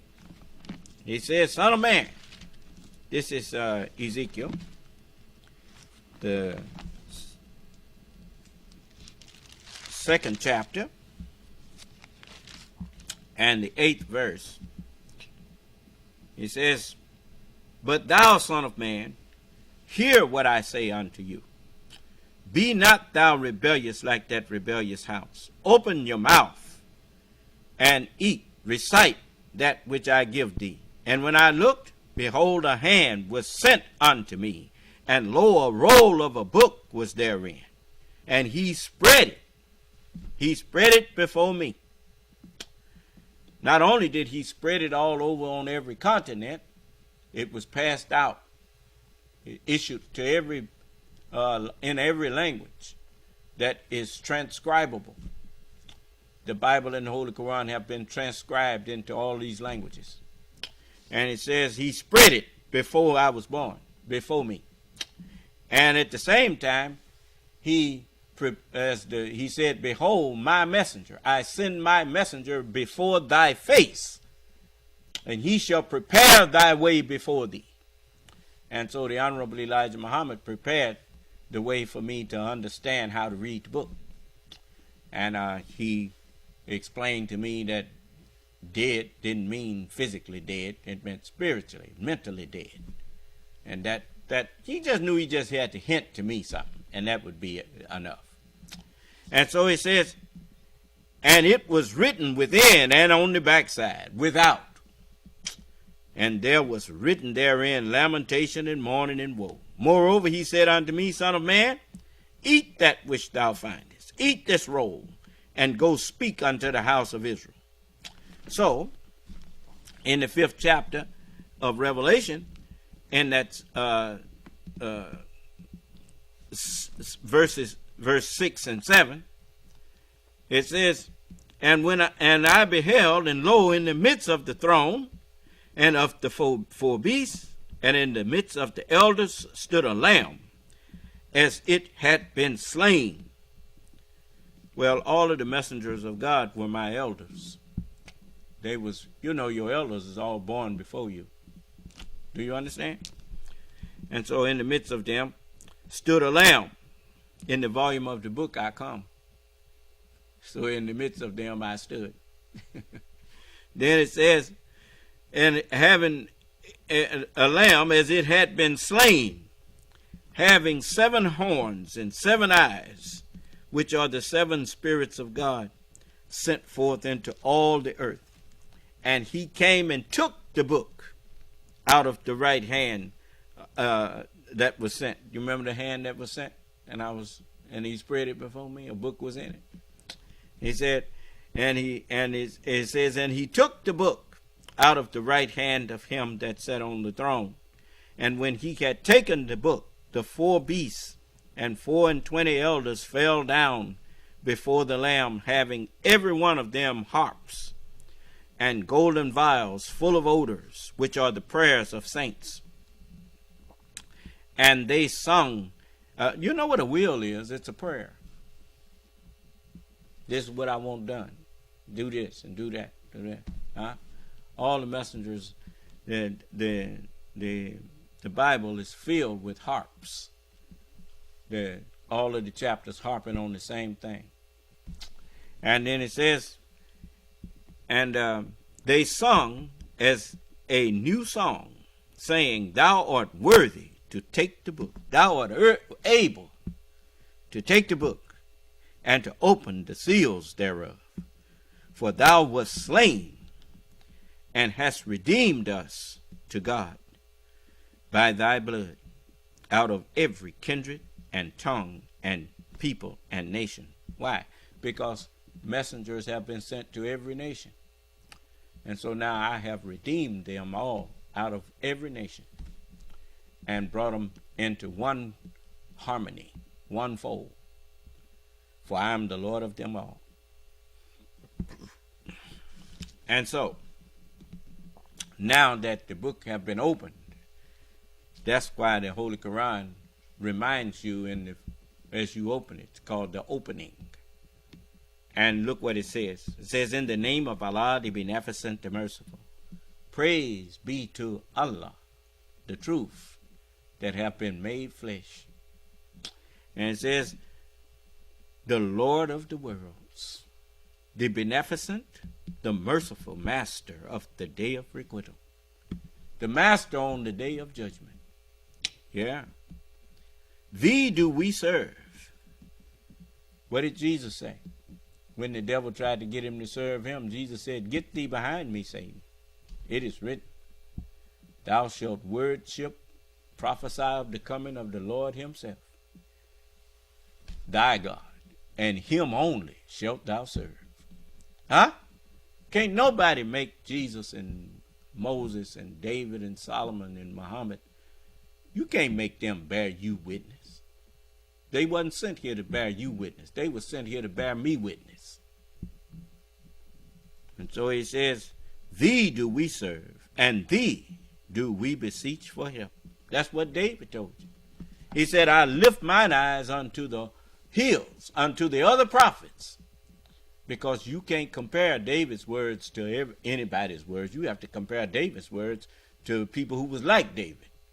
And so, scriptural things with scriptural things. Do you understand? Spiritual with spiritual. And so David said, I lift mine eyes unto the hills, from whence cometh my help. My help cometh from who? My help cometh from the Lord of the worlds. And so he said, thee do we serve, and thee do we beseech for help. Guide us on the right path. Why? Because even though the word came through us, it didn't come from us, but it was about you.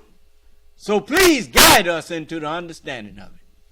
That's why it says in the resurrection, they neither marry nor are given in marriage, but are become as the angels. Why? Because they become students of the Lord himself. Do you understand? Then it says, guide us on the right path, the path of those upon whom thou hast bestowed favors. The ones that was bestowed favors on was the prophets. David, Solomon, Jesus, Muhammad, Moses, all of them. And I'm guiding you on their path now. What is a path? A path is what's left after somebody went a certain way. When you tracking somebody, you got to be a good pathfinder to go, especially if they the only one went that way. You got to know how to connect their trail and not lose it. Do you understand? The only way you could follow any of them's path is you got to know how they connect to each other. See, and I'm the only one that know how to connect them. Do you understand? All praises due to Allah. It says, the path of those upon whom thou hast bestowed the holy scriptures, not those upon whom wrath is brought down, nor those who go astray. Right. That's what, every time, Mr. Preacher, you better listen to me. Every time you stand up to preach and you take your paper after you done quoted a scripture and then you start winging it from there, you're going astray. Because the word of God is not your word. You don't have the right to apply your own understanding to it. No prophecy of the scriptures of anybody's private interpretation. The interpretation of the prophecy has to be found in the scriptures. That's why the scriptures are voluminous. You have to know where to go and find what was hidden in there. And I'm the only one that Allah guided to the hidden manna. And he said that he would give me to eat of the hidden manna. And that's what I'm sharing with all of you. And I don't ask you to give me no reward for it. And I don't ever want you to think that I'm teaching so I can pass a bucket. Those who give me tithes and offerings, they know that's obligatory. They know that that's what you're supposed to do with me, because I'm not here to beg you. And everything you give me, you will find it with me. And if you don't know what that means, it's because you are not following me.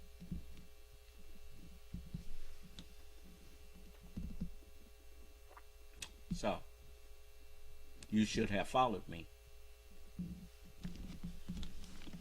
And I don't mean with lip service either.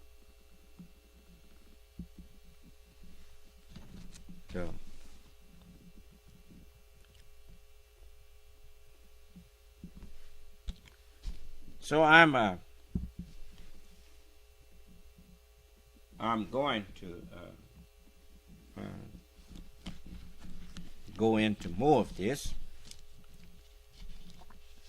So let's go to chapter 2. Now that you understand why the Holy Quran opens with a chapter entitled The Opening, it is because now that I'm here, as Jesus prophesied of, in his some of his last words to you in this book, the Gospel according to John, Jesus said, and Allah was speaking through him. Don't never forget that. Well, as Jesus said,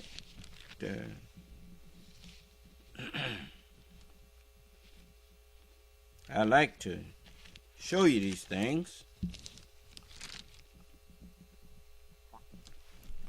This is the 49th verse of the 12th chapter of John. Jesus said, "For I have not spoken of myself,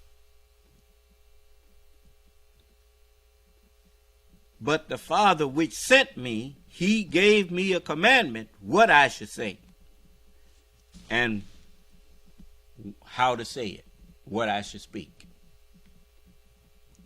So now that you understand that Jesus, you thought that he was speaking for himself, but Jesus was a messenger of God, and he spoke words that wasn't his own, but the God that sent him.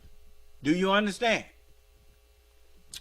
And so it says in the 12th verse of the 16th chapter, "I have yet many things to say unto you, but you cannot bear them now."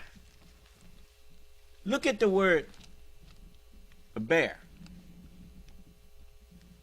I like to give you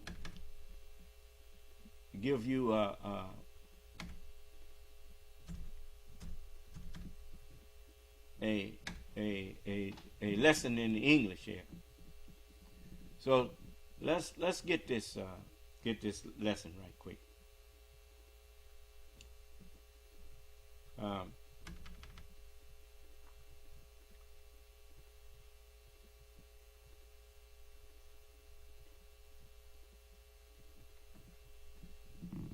It says, lacking the usual or appropriate covering or clothing, naked, exposed to view, undisguised. Now that's B-A-R-E, that's bare. Do you understand? That ain't the kind of bear that it says here. But to bear, B-E-A-R,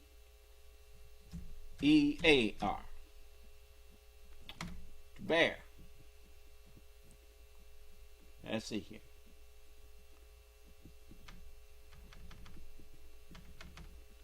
To carry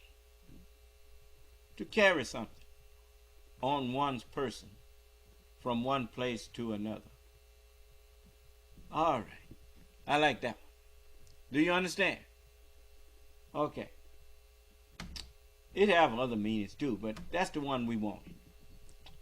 Now, I want you to turn to 1 Corinthians, the 15th chapter.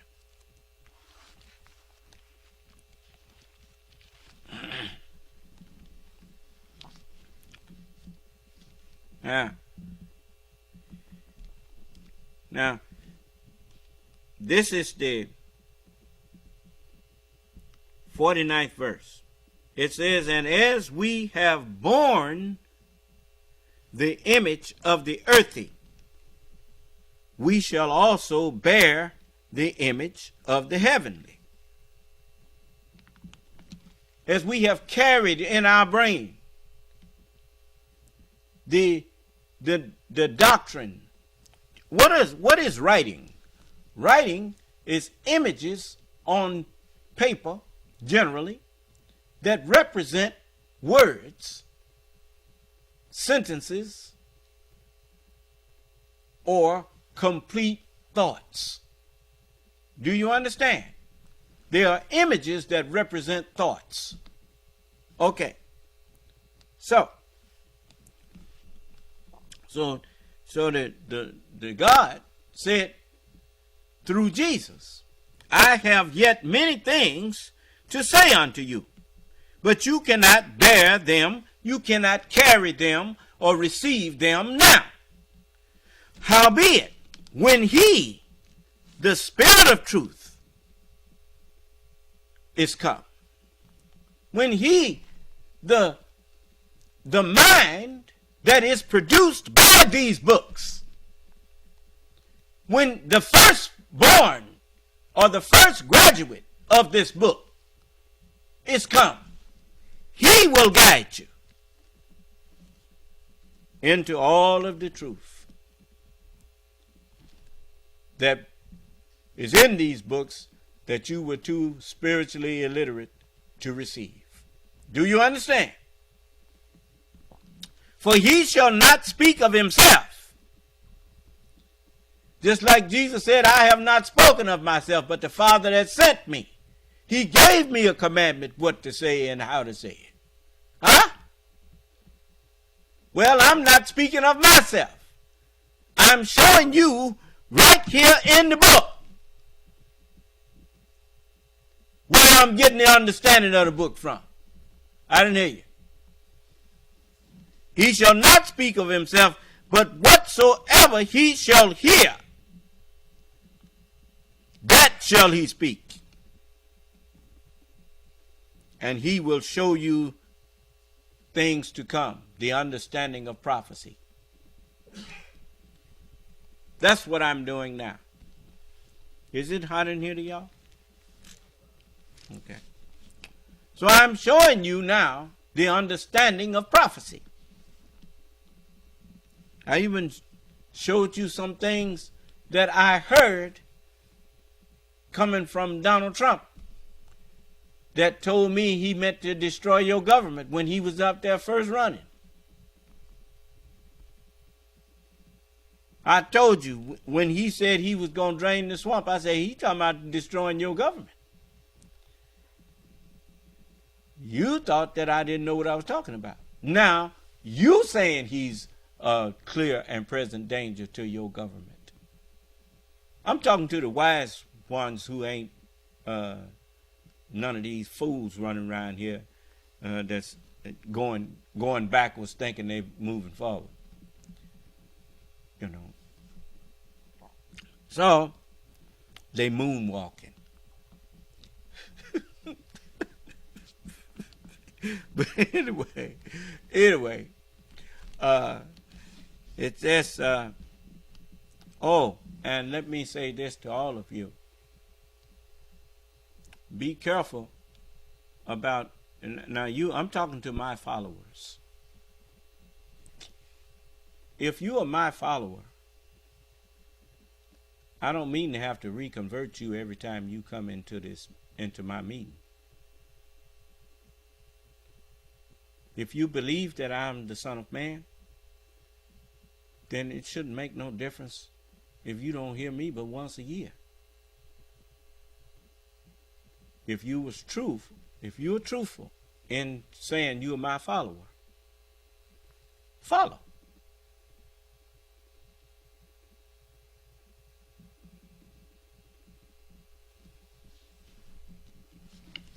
So, let me know, make me know that I can depend on you.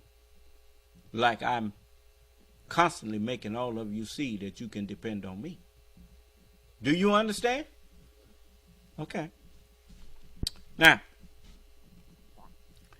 it says, he shall glorify me,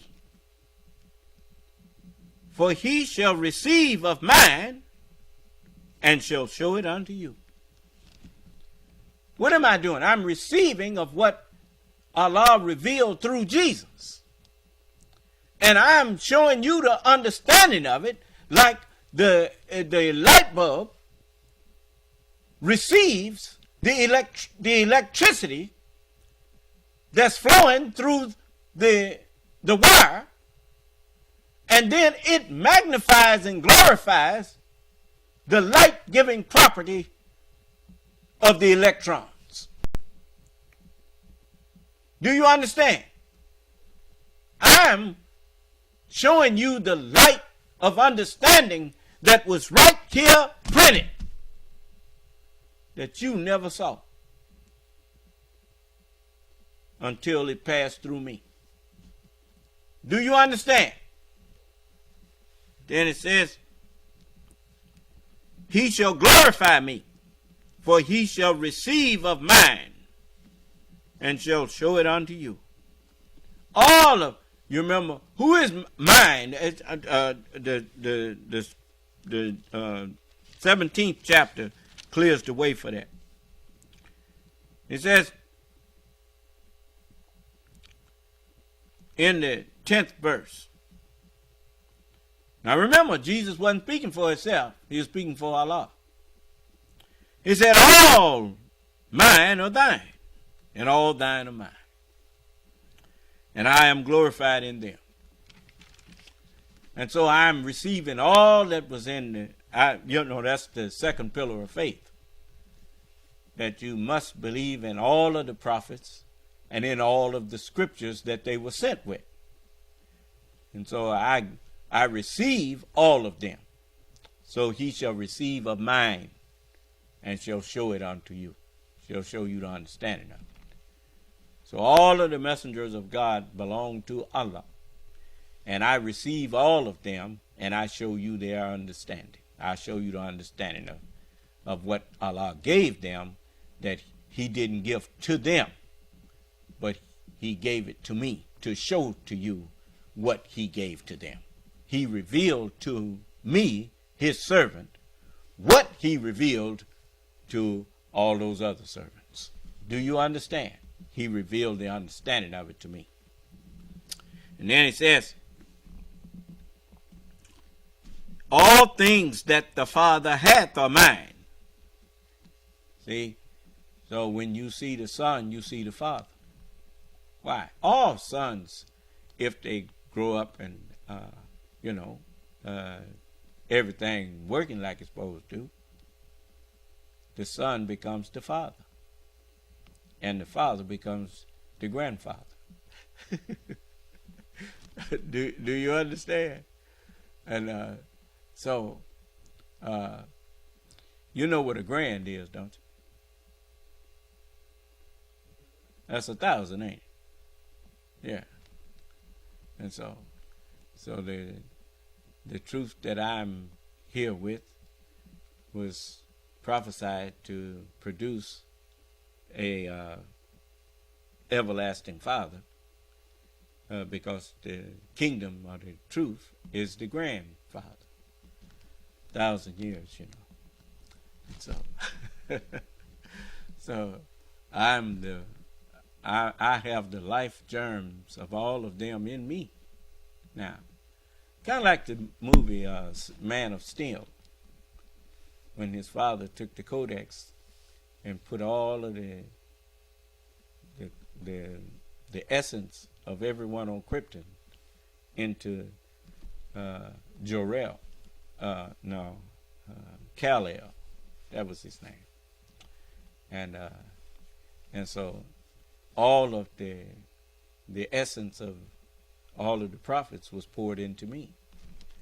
And so I'm the Father now. The Son have become the Father. And so it's written here. It says, all things that the Father hath are mine. Therefore said I that he shall take of mine and shall show it unto you. All things are delivered unto me of my Father.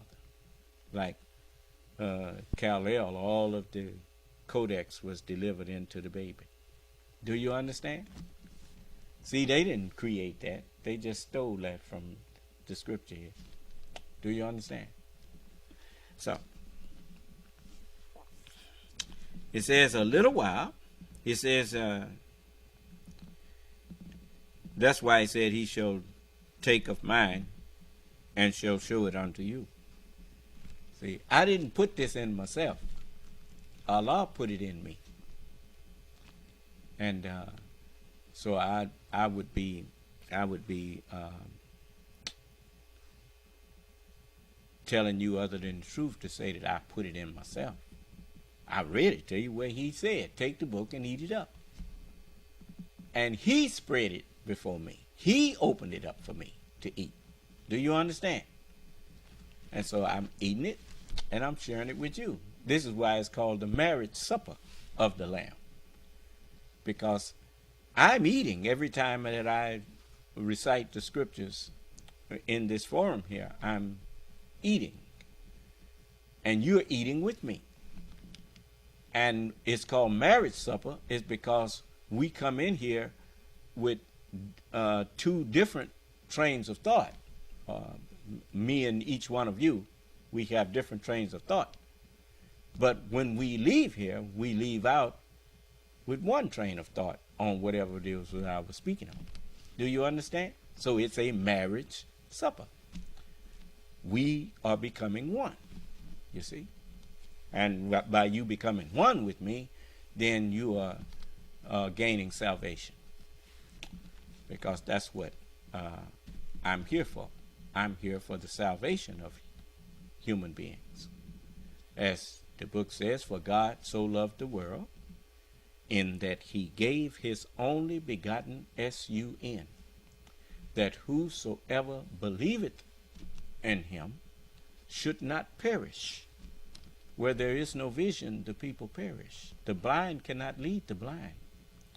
And since I'm the only one that has been reborn spiritually, then I'm the only one that has spiritual sight.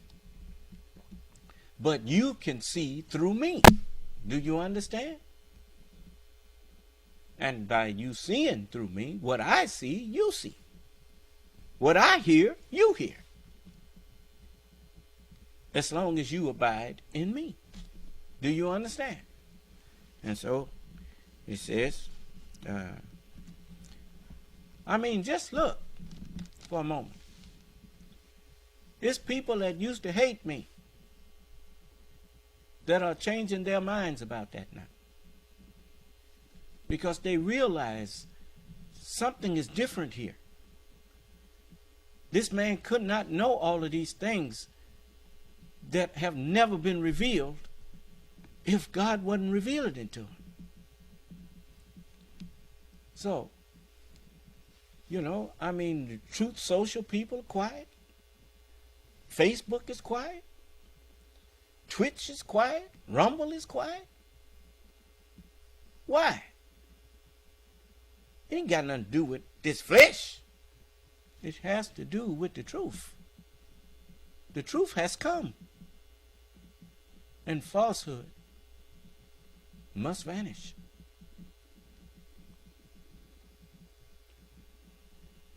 Everybody is experiencing the peace that comes with the teaching of true righteousness. As the book says, the work of righteousness shall be peace. And the effect is quietness and assurance forever.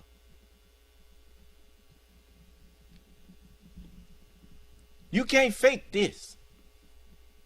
The peace that you seeing and experiencing right now, you can't get that from no drug.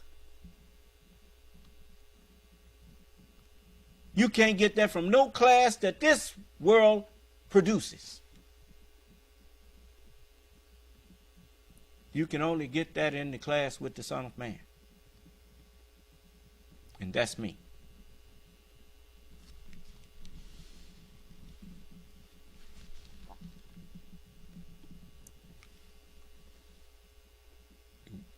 Get out from behind all these liars. Step out of the darkness into the light. And be saved. For future use. In a world that no eye has seen, no ear has heard about, and no heart or mind has even conceived the idea of what is in store for those that accept Allah and the kingdom that He has sent me with.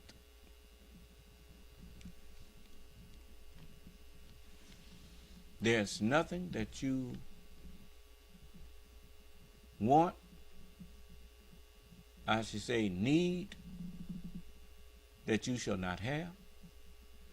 There's nothing that you want that shall be made out of your reach. And there's nothing that you desire that you will have to do anything more than just ask for it. And you will receive it. That's the kind of world that's about to come in with me.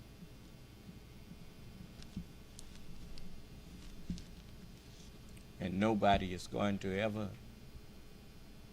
attempt any type of harm to you ever again.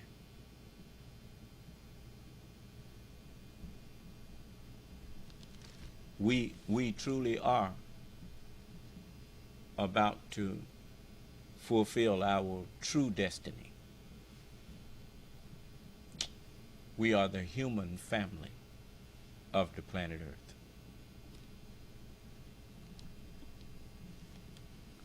So,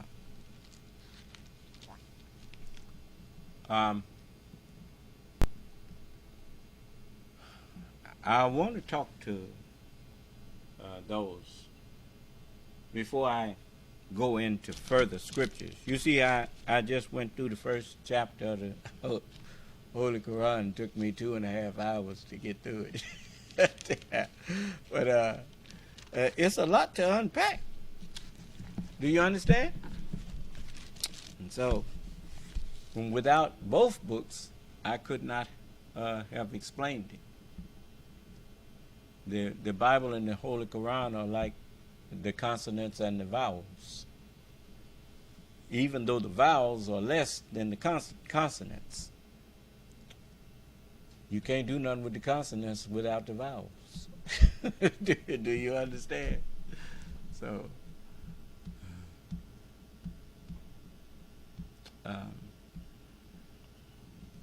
before I move on to other subject matter, you notice we all thought we had 6 senses. Now we found out we have 7.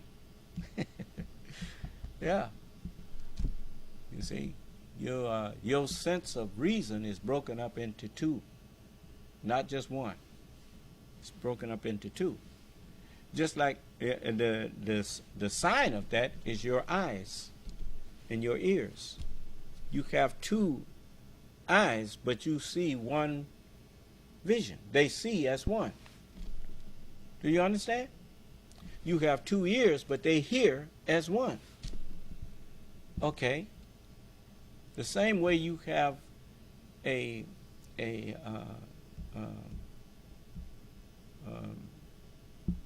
left hemisphere and a right hemisphere of your brain. You notice the earth. The earth is the Garden of Eden. The reason we call it a garden, it is literally guarded and protected. It is guarded and protected. And it is a garden of eternal day and eternal night. Every time you look at the earth from out in space, it's always dark on one side and light on the other side. Do you understand?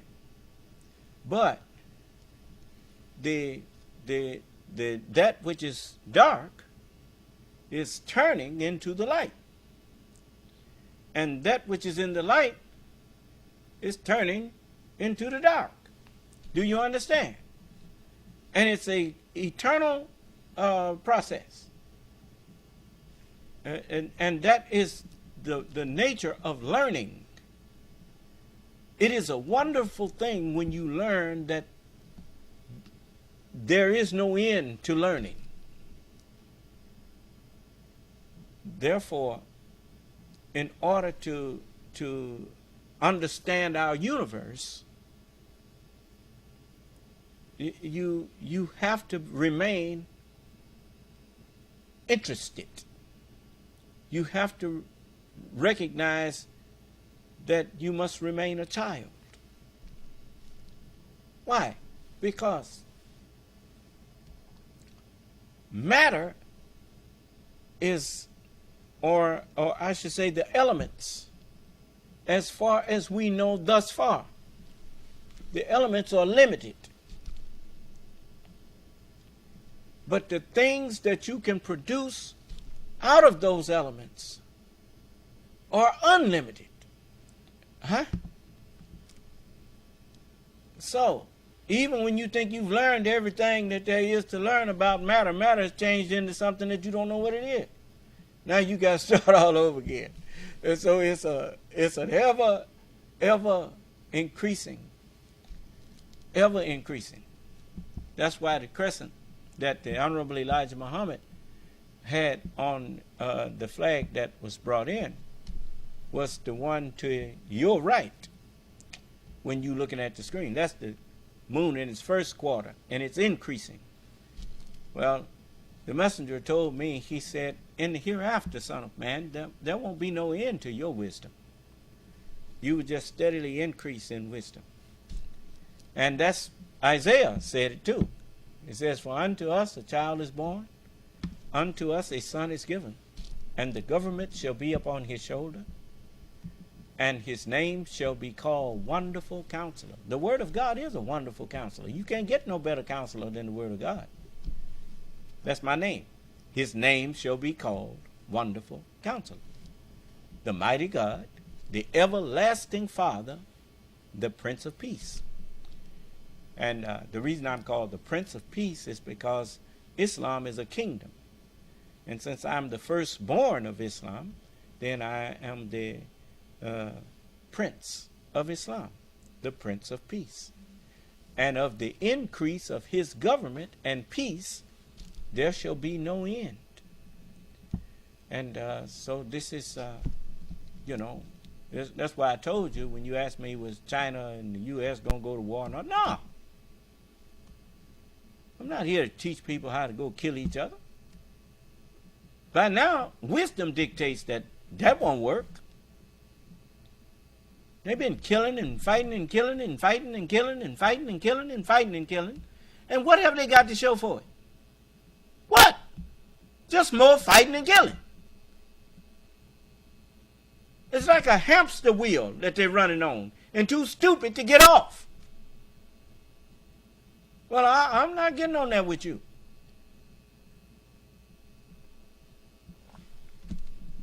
No. I don't have to kill people in order to rise. If my rise depends on me killing somebody, then I just won't rise. I don't need to kill nobody. The only thing I'm here to kill is kill lies with truth. You just kill the lie, and you ain't got to worry about the liar, because the liar ceases to exist once you kill the lie.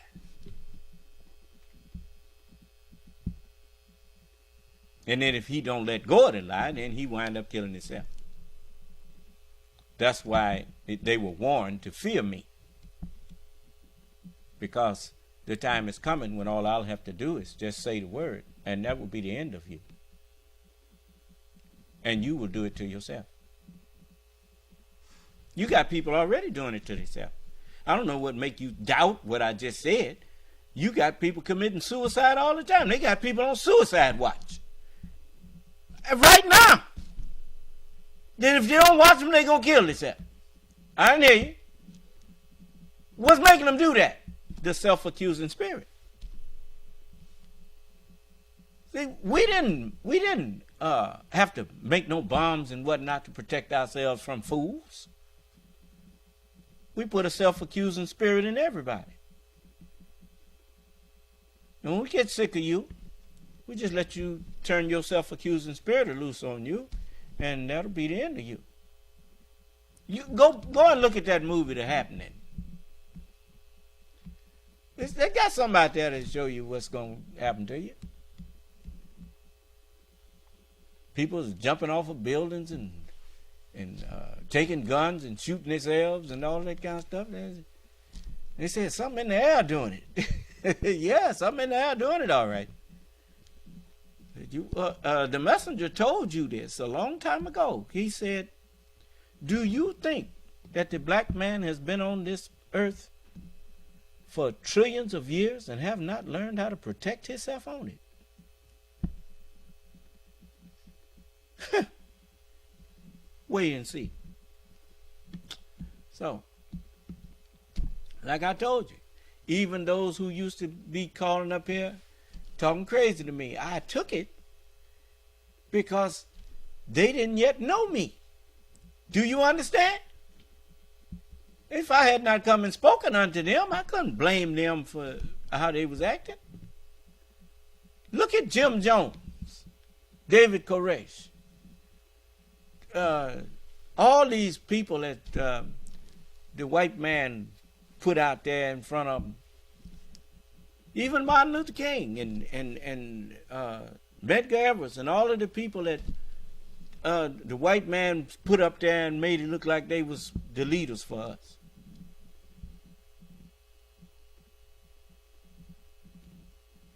And then he martyred them after he put them out there. Because he wanted you to follow their way, because their way didn't lead you away from him and led you back to him. Got you there begging white people. I ain't begging nobody. You want to be a beggar? Then go on and beg. But don't look for me to help you beg.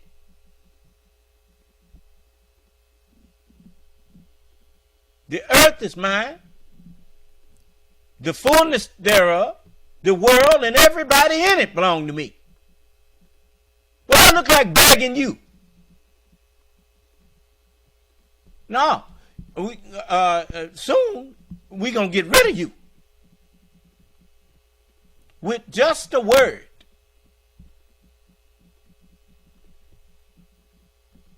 Some of them found out it ain't no joke. I told them, the only warning you going to get when you getting ready to call up here and talk crazy to me, that tightness that you going to feel right in the center of your forehead.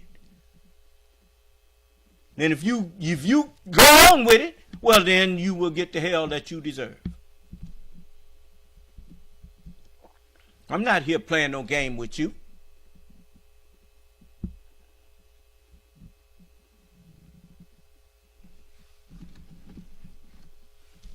When it was your time to rule, we had to submit whether we liked it or not. Well, it's my time now. And whether you like it or not, you gonna submit. You gonna submit and live or submit and die, but you gonna submit. Now,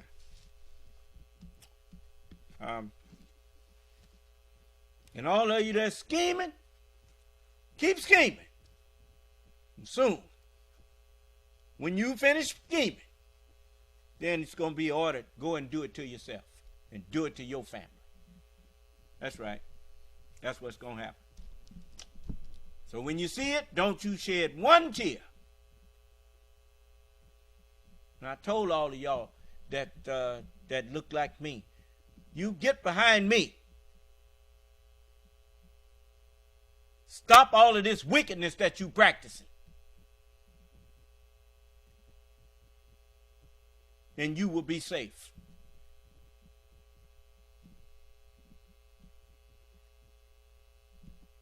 And get rid of them guns.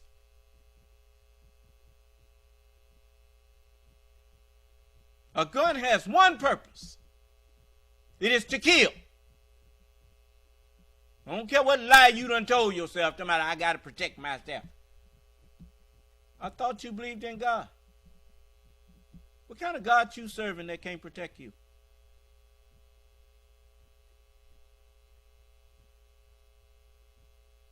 Even when Jesus told his disciples that I sent you forth and without purse and without script, but now I say go and he that hath no sword, go and buy one. And then by the time it was over, Jesus said, put up your sword, for everyone that taketh the sword shall die by it. Yeah, he wanted to fight. But he realized that's the way of the devil. You don't want to do that. The only reason Muhammad picked it up was because he didn't have no choice. But when he had a choice, when he won, he knew how to put a stop to the taking of life. He told him, say, anybody that say La ilaha illallah Muhammadun Rasulullah, If he say it ain't no God but Allah and Muhammad is his messenger, spare his life. Give him that opportunity. Muhammad knew they would say it, even if they didn't mean it. But he knew that's how to stop the killing. And so, when people stop fighting with you, you need to stop fighting with them.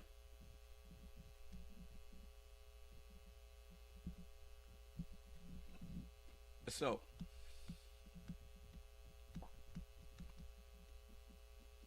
you see, I'm not here to just criticize people. I'm here to tell you when you're wrong. But telling somebody when they're wrong is not a criticism. It's just a fact. Sometimes people don't know they're wrong, and somebody needs to tell them. I didn't hear you. You see? All of these people that is in the white man's government that is working on the inside to destroy his government, I told him, go get them. You all who believe in democracy and in the Democratic Republic of the United States, if you believe in this government, then you back up the FBI and the Justice Department when they go after these people that's trying to overthrow your government. You remember now, Donald Trump tried to get the Mr. Rosenberg or Rosenstein. Which one was it that was the acting attorney general and the acting deputy attorney general? He tried to get them to say that there was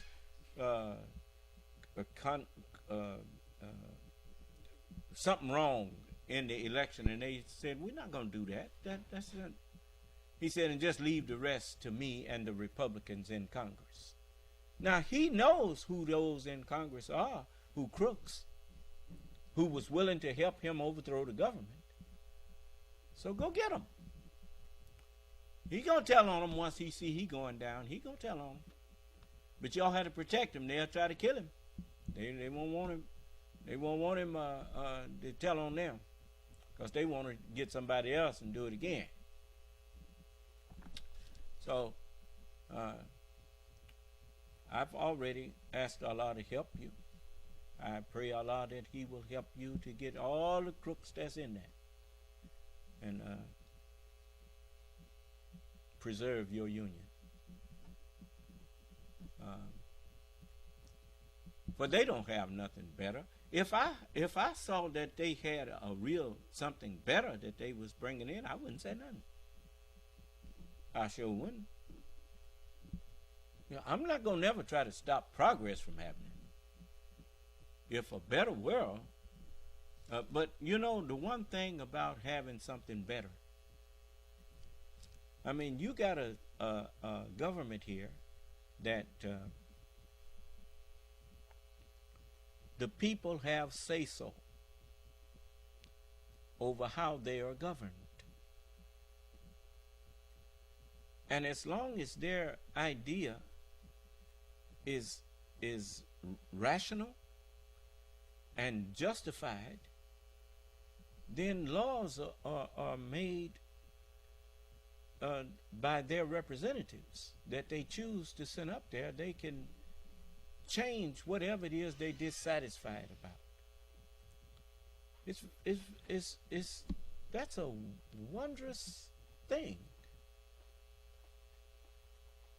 that the individual's voice is not drowned out simply because the majority of the people are doing something that is unjust or wrong. That even the individual has the freedom to speak up and to be heard. That's commendable. Why would you want to snuff that out? Especially being an individual yourself. Why would you deprive people of rights that you feel you deserve. No. I can't help you do that. I can't help you silence the voice of reason. I'm not going to help you silence the voice of reason.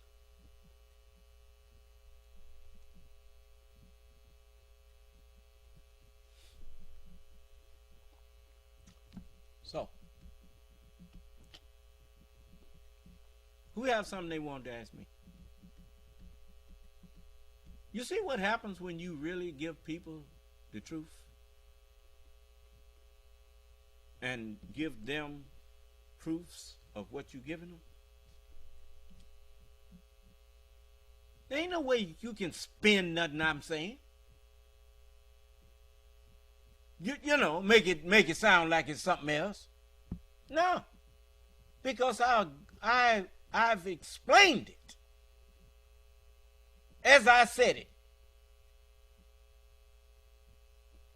And if you disagreed with it, I gave you every opportunity to show me what's wrong with it. It's just like when I told you how to put a stop to racist police officers. The only reason he feels comfortable to go out there and do a racist thing against people that he's patrolling and supposed to be protecting and serving, he out there breaking the law. The reason he feels free to do that is because he ain't got an answer to them, to that community. But the minute you start saying, well, wherever you have a shooting, those people, whoever it was that you shot, if it's questionable, you're going to have to go in front of that people and explain what you did and why. And they're going to be your judges. I guarantee you, these accidental shootings and all that stuff, that's going to stop. That's going to stop right away. And a lot of them, they'll resign. They won't want to be on the force, or they will straighten themselves up.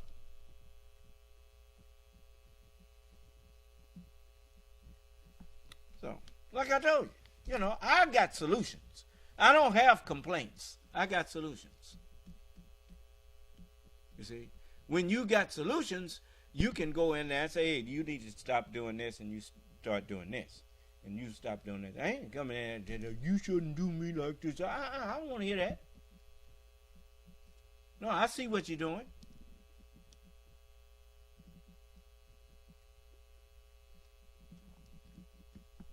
So,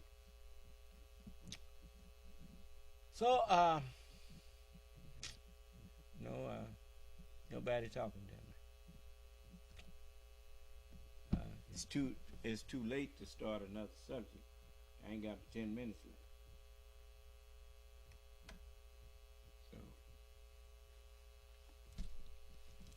So nobody got no questions? Nothing.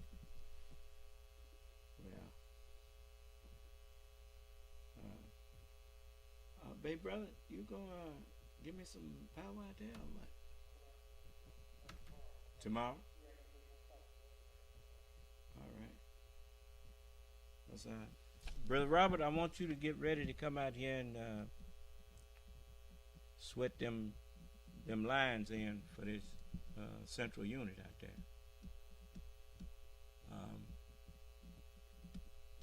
Maybe I'll watch how that's done and start doing that myself too. Man, I like doing stuff for myself. I don't like, I can build a whole house almost by myself.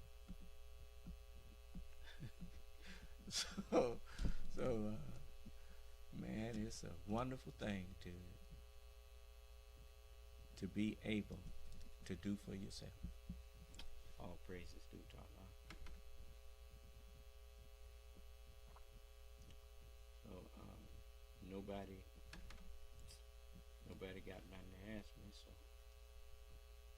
we'll call it a night. That boy,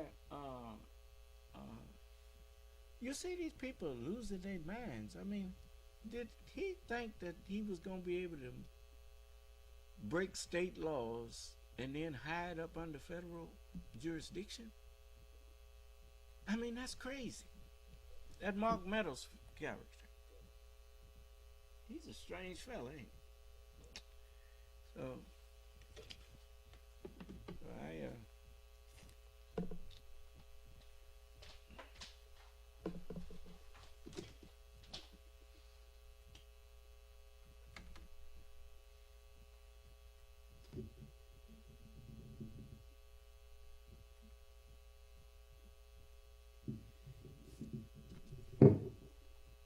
we have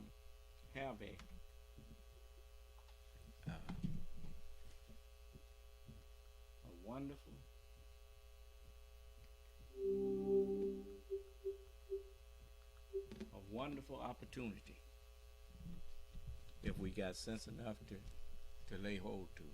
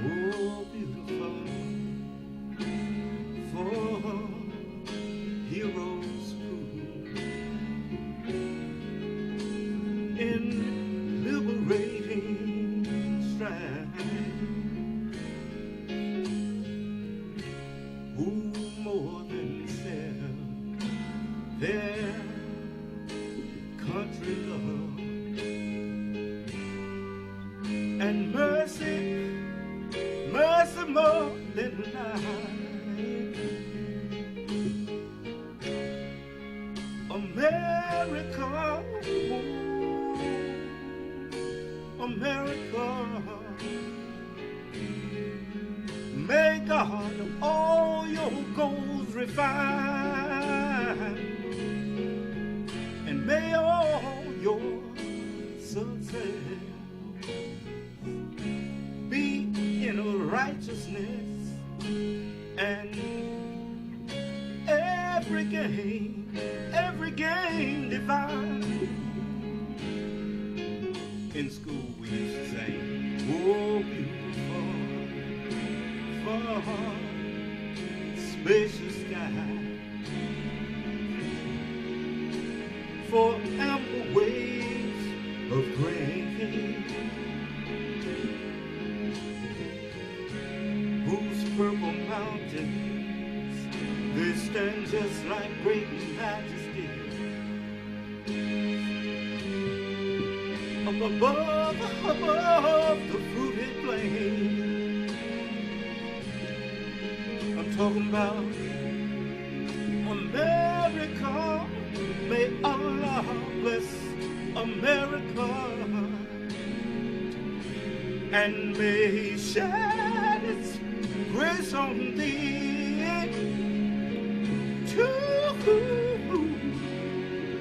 to crown your good in one brotherhood, from sea to shining sea. America, oh God bless America, and may He shed His grace on thee to crown your good in one great brotherhood, from the Atlantic to the Pacific, from sea to shining sea. And we'll thank Allah, from sea to shining sea.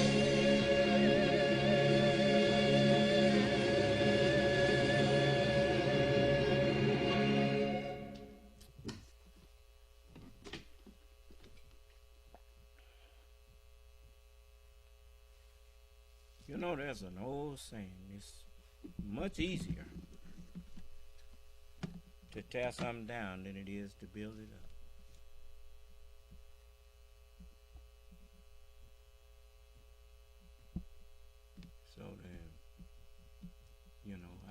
I prefer building things. Any fool can go tear something up. It takes wisdom to build. You see. And whatever you do, that's your classroom. That's what you learn. You learn what you do. Okay?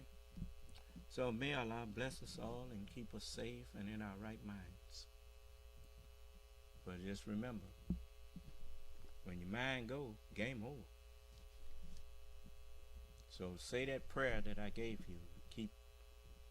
Keep you in your right mind. Oh Allah, please keep me in my right mind at all times, and let me not be or turn hypocrite or coward, and remove from me the evil state of mind and thoughts of devils, and place within me the righteous state of mind and thoughts of an upright and righteous Muslim. Ameen. Okay.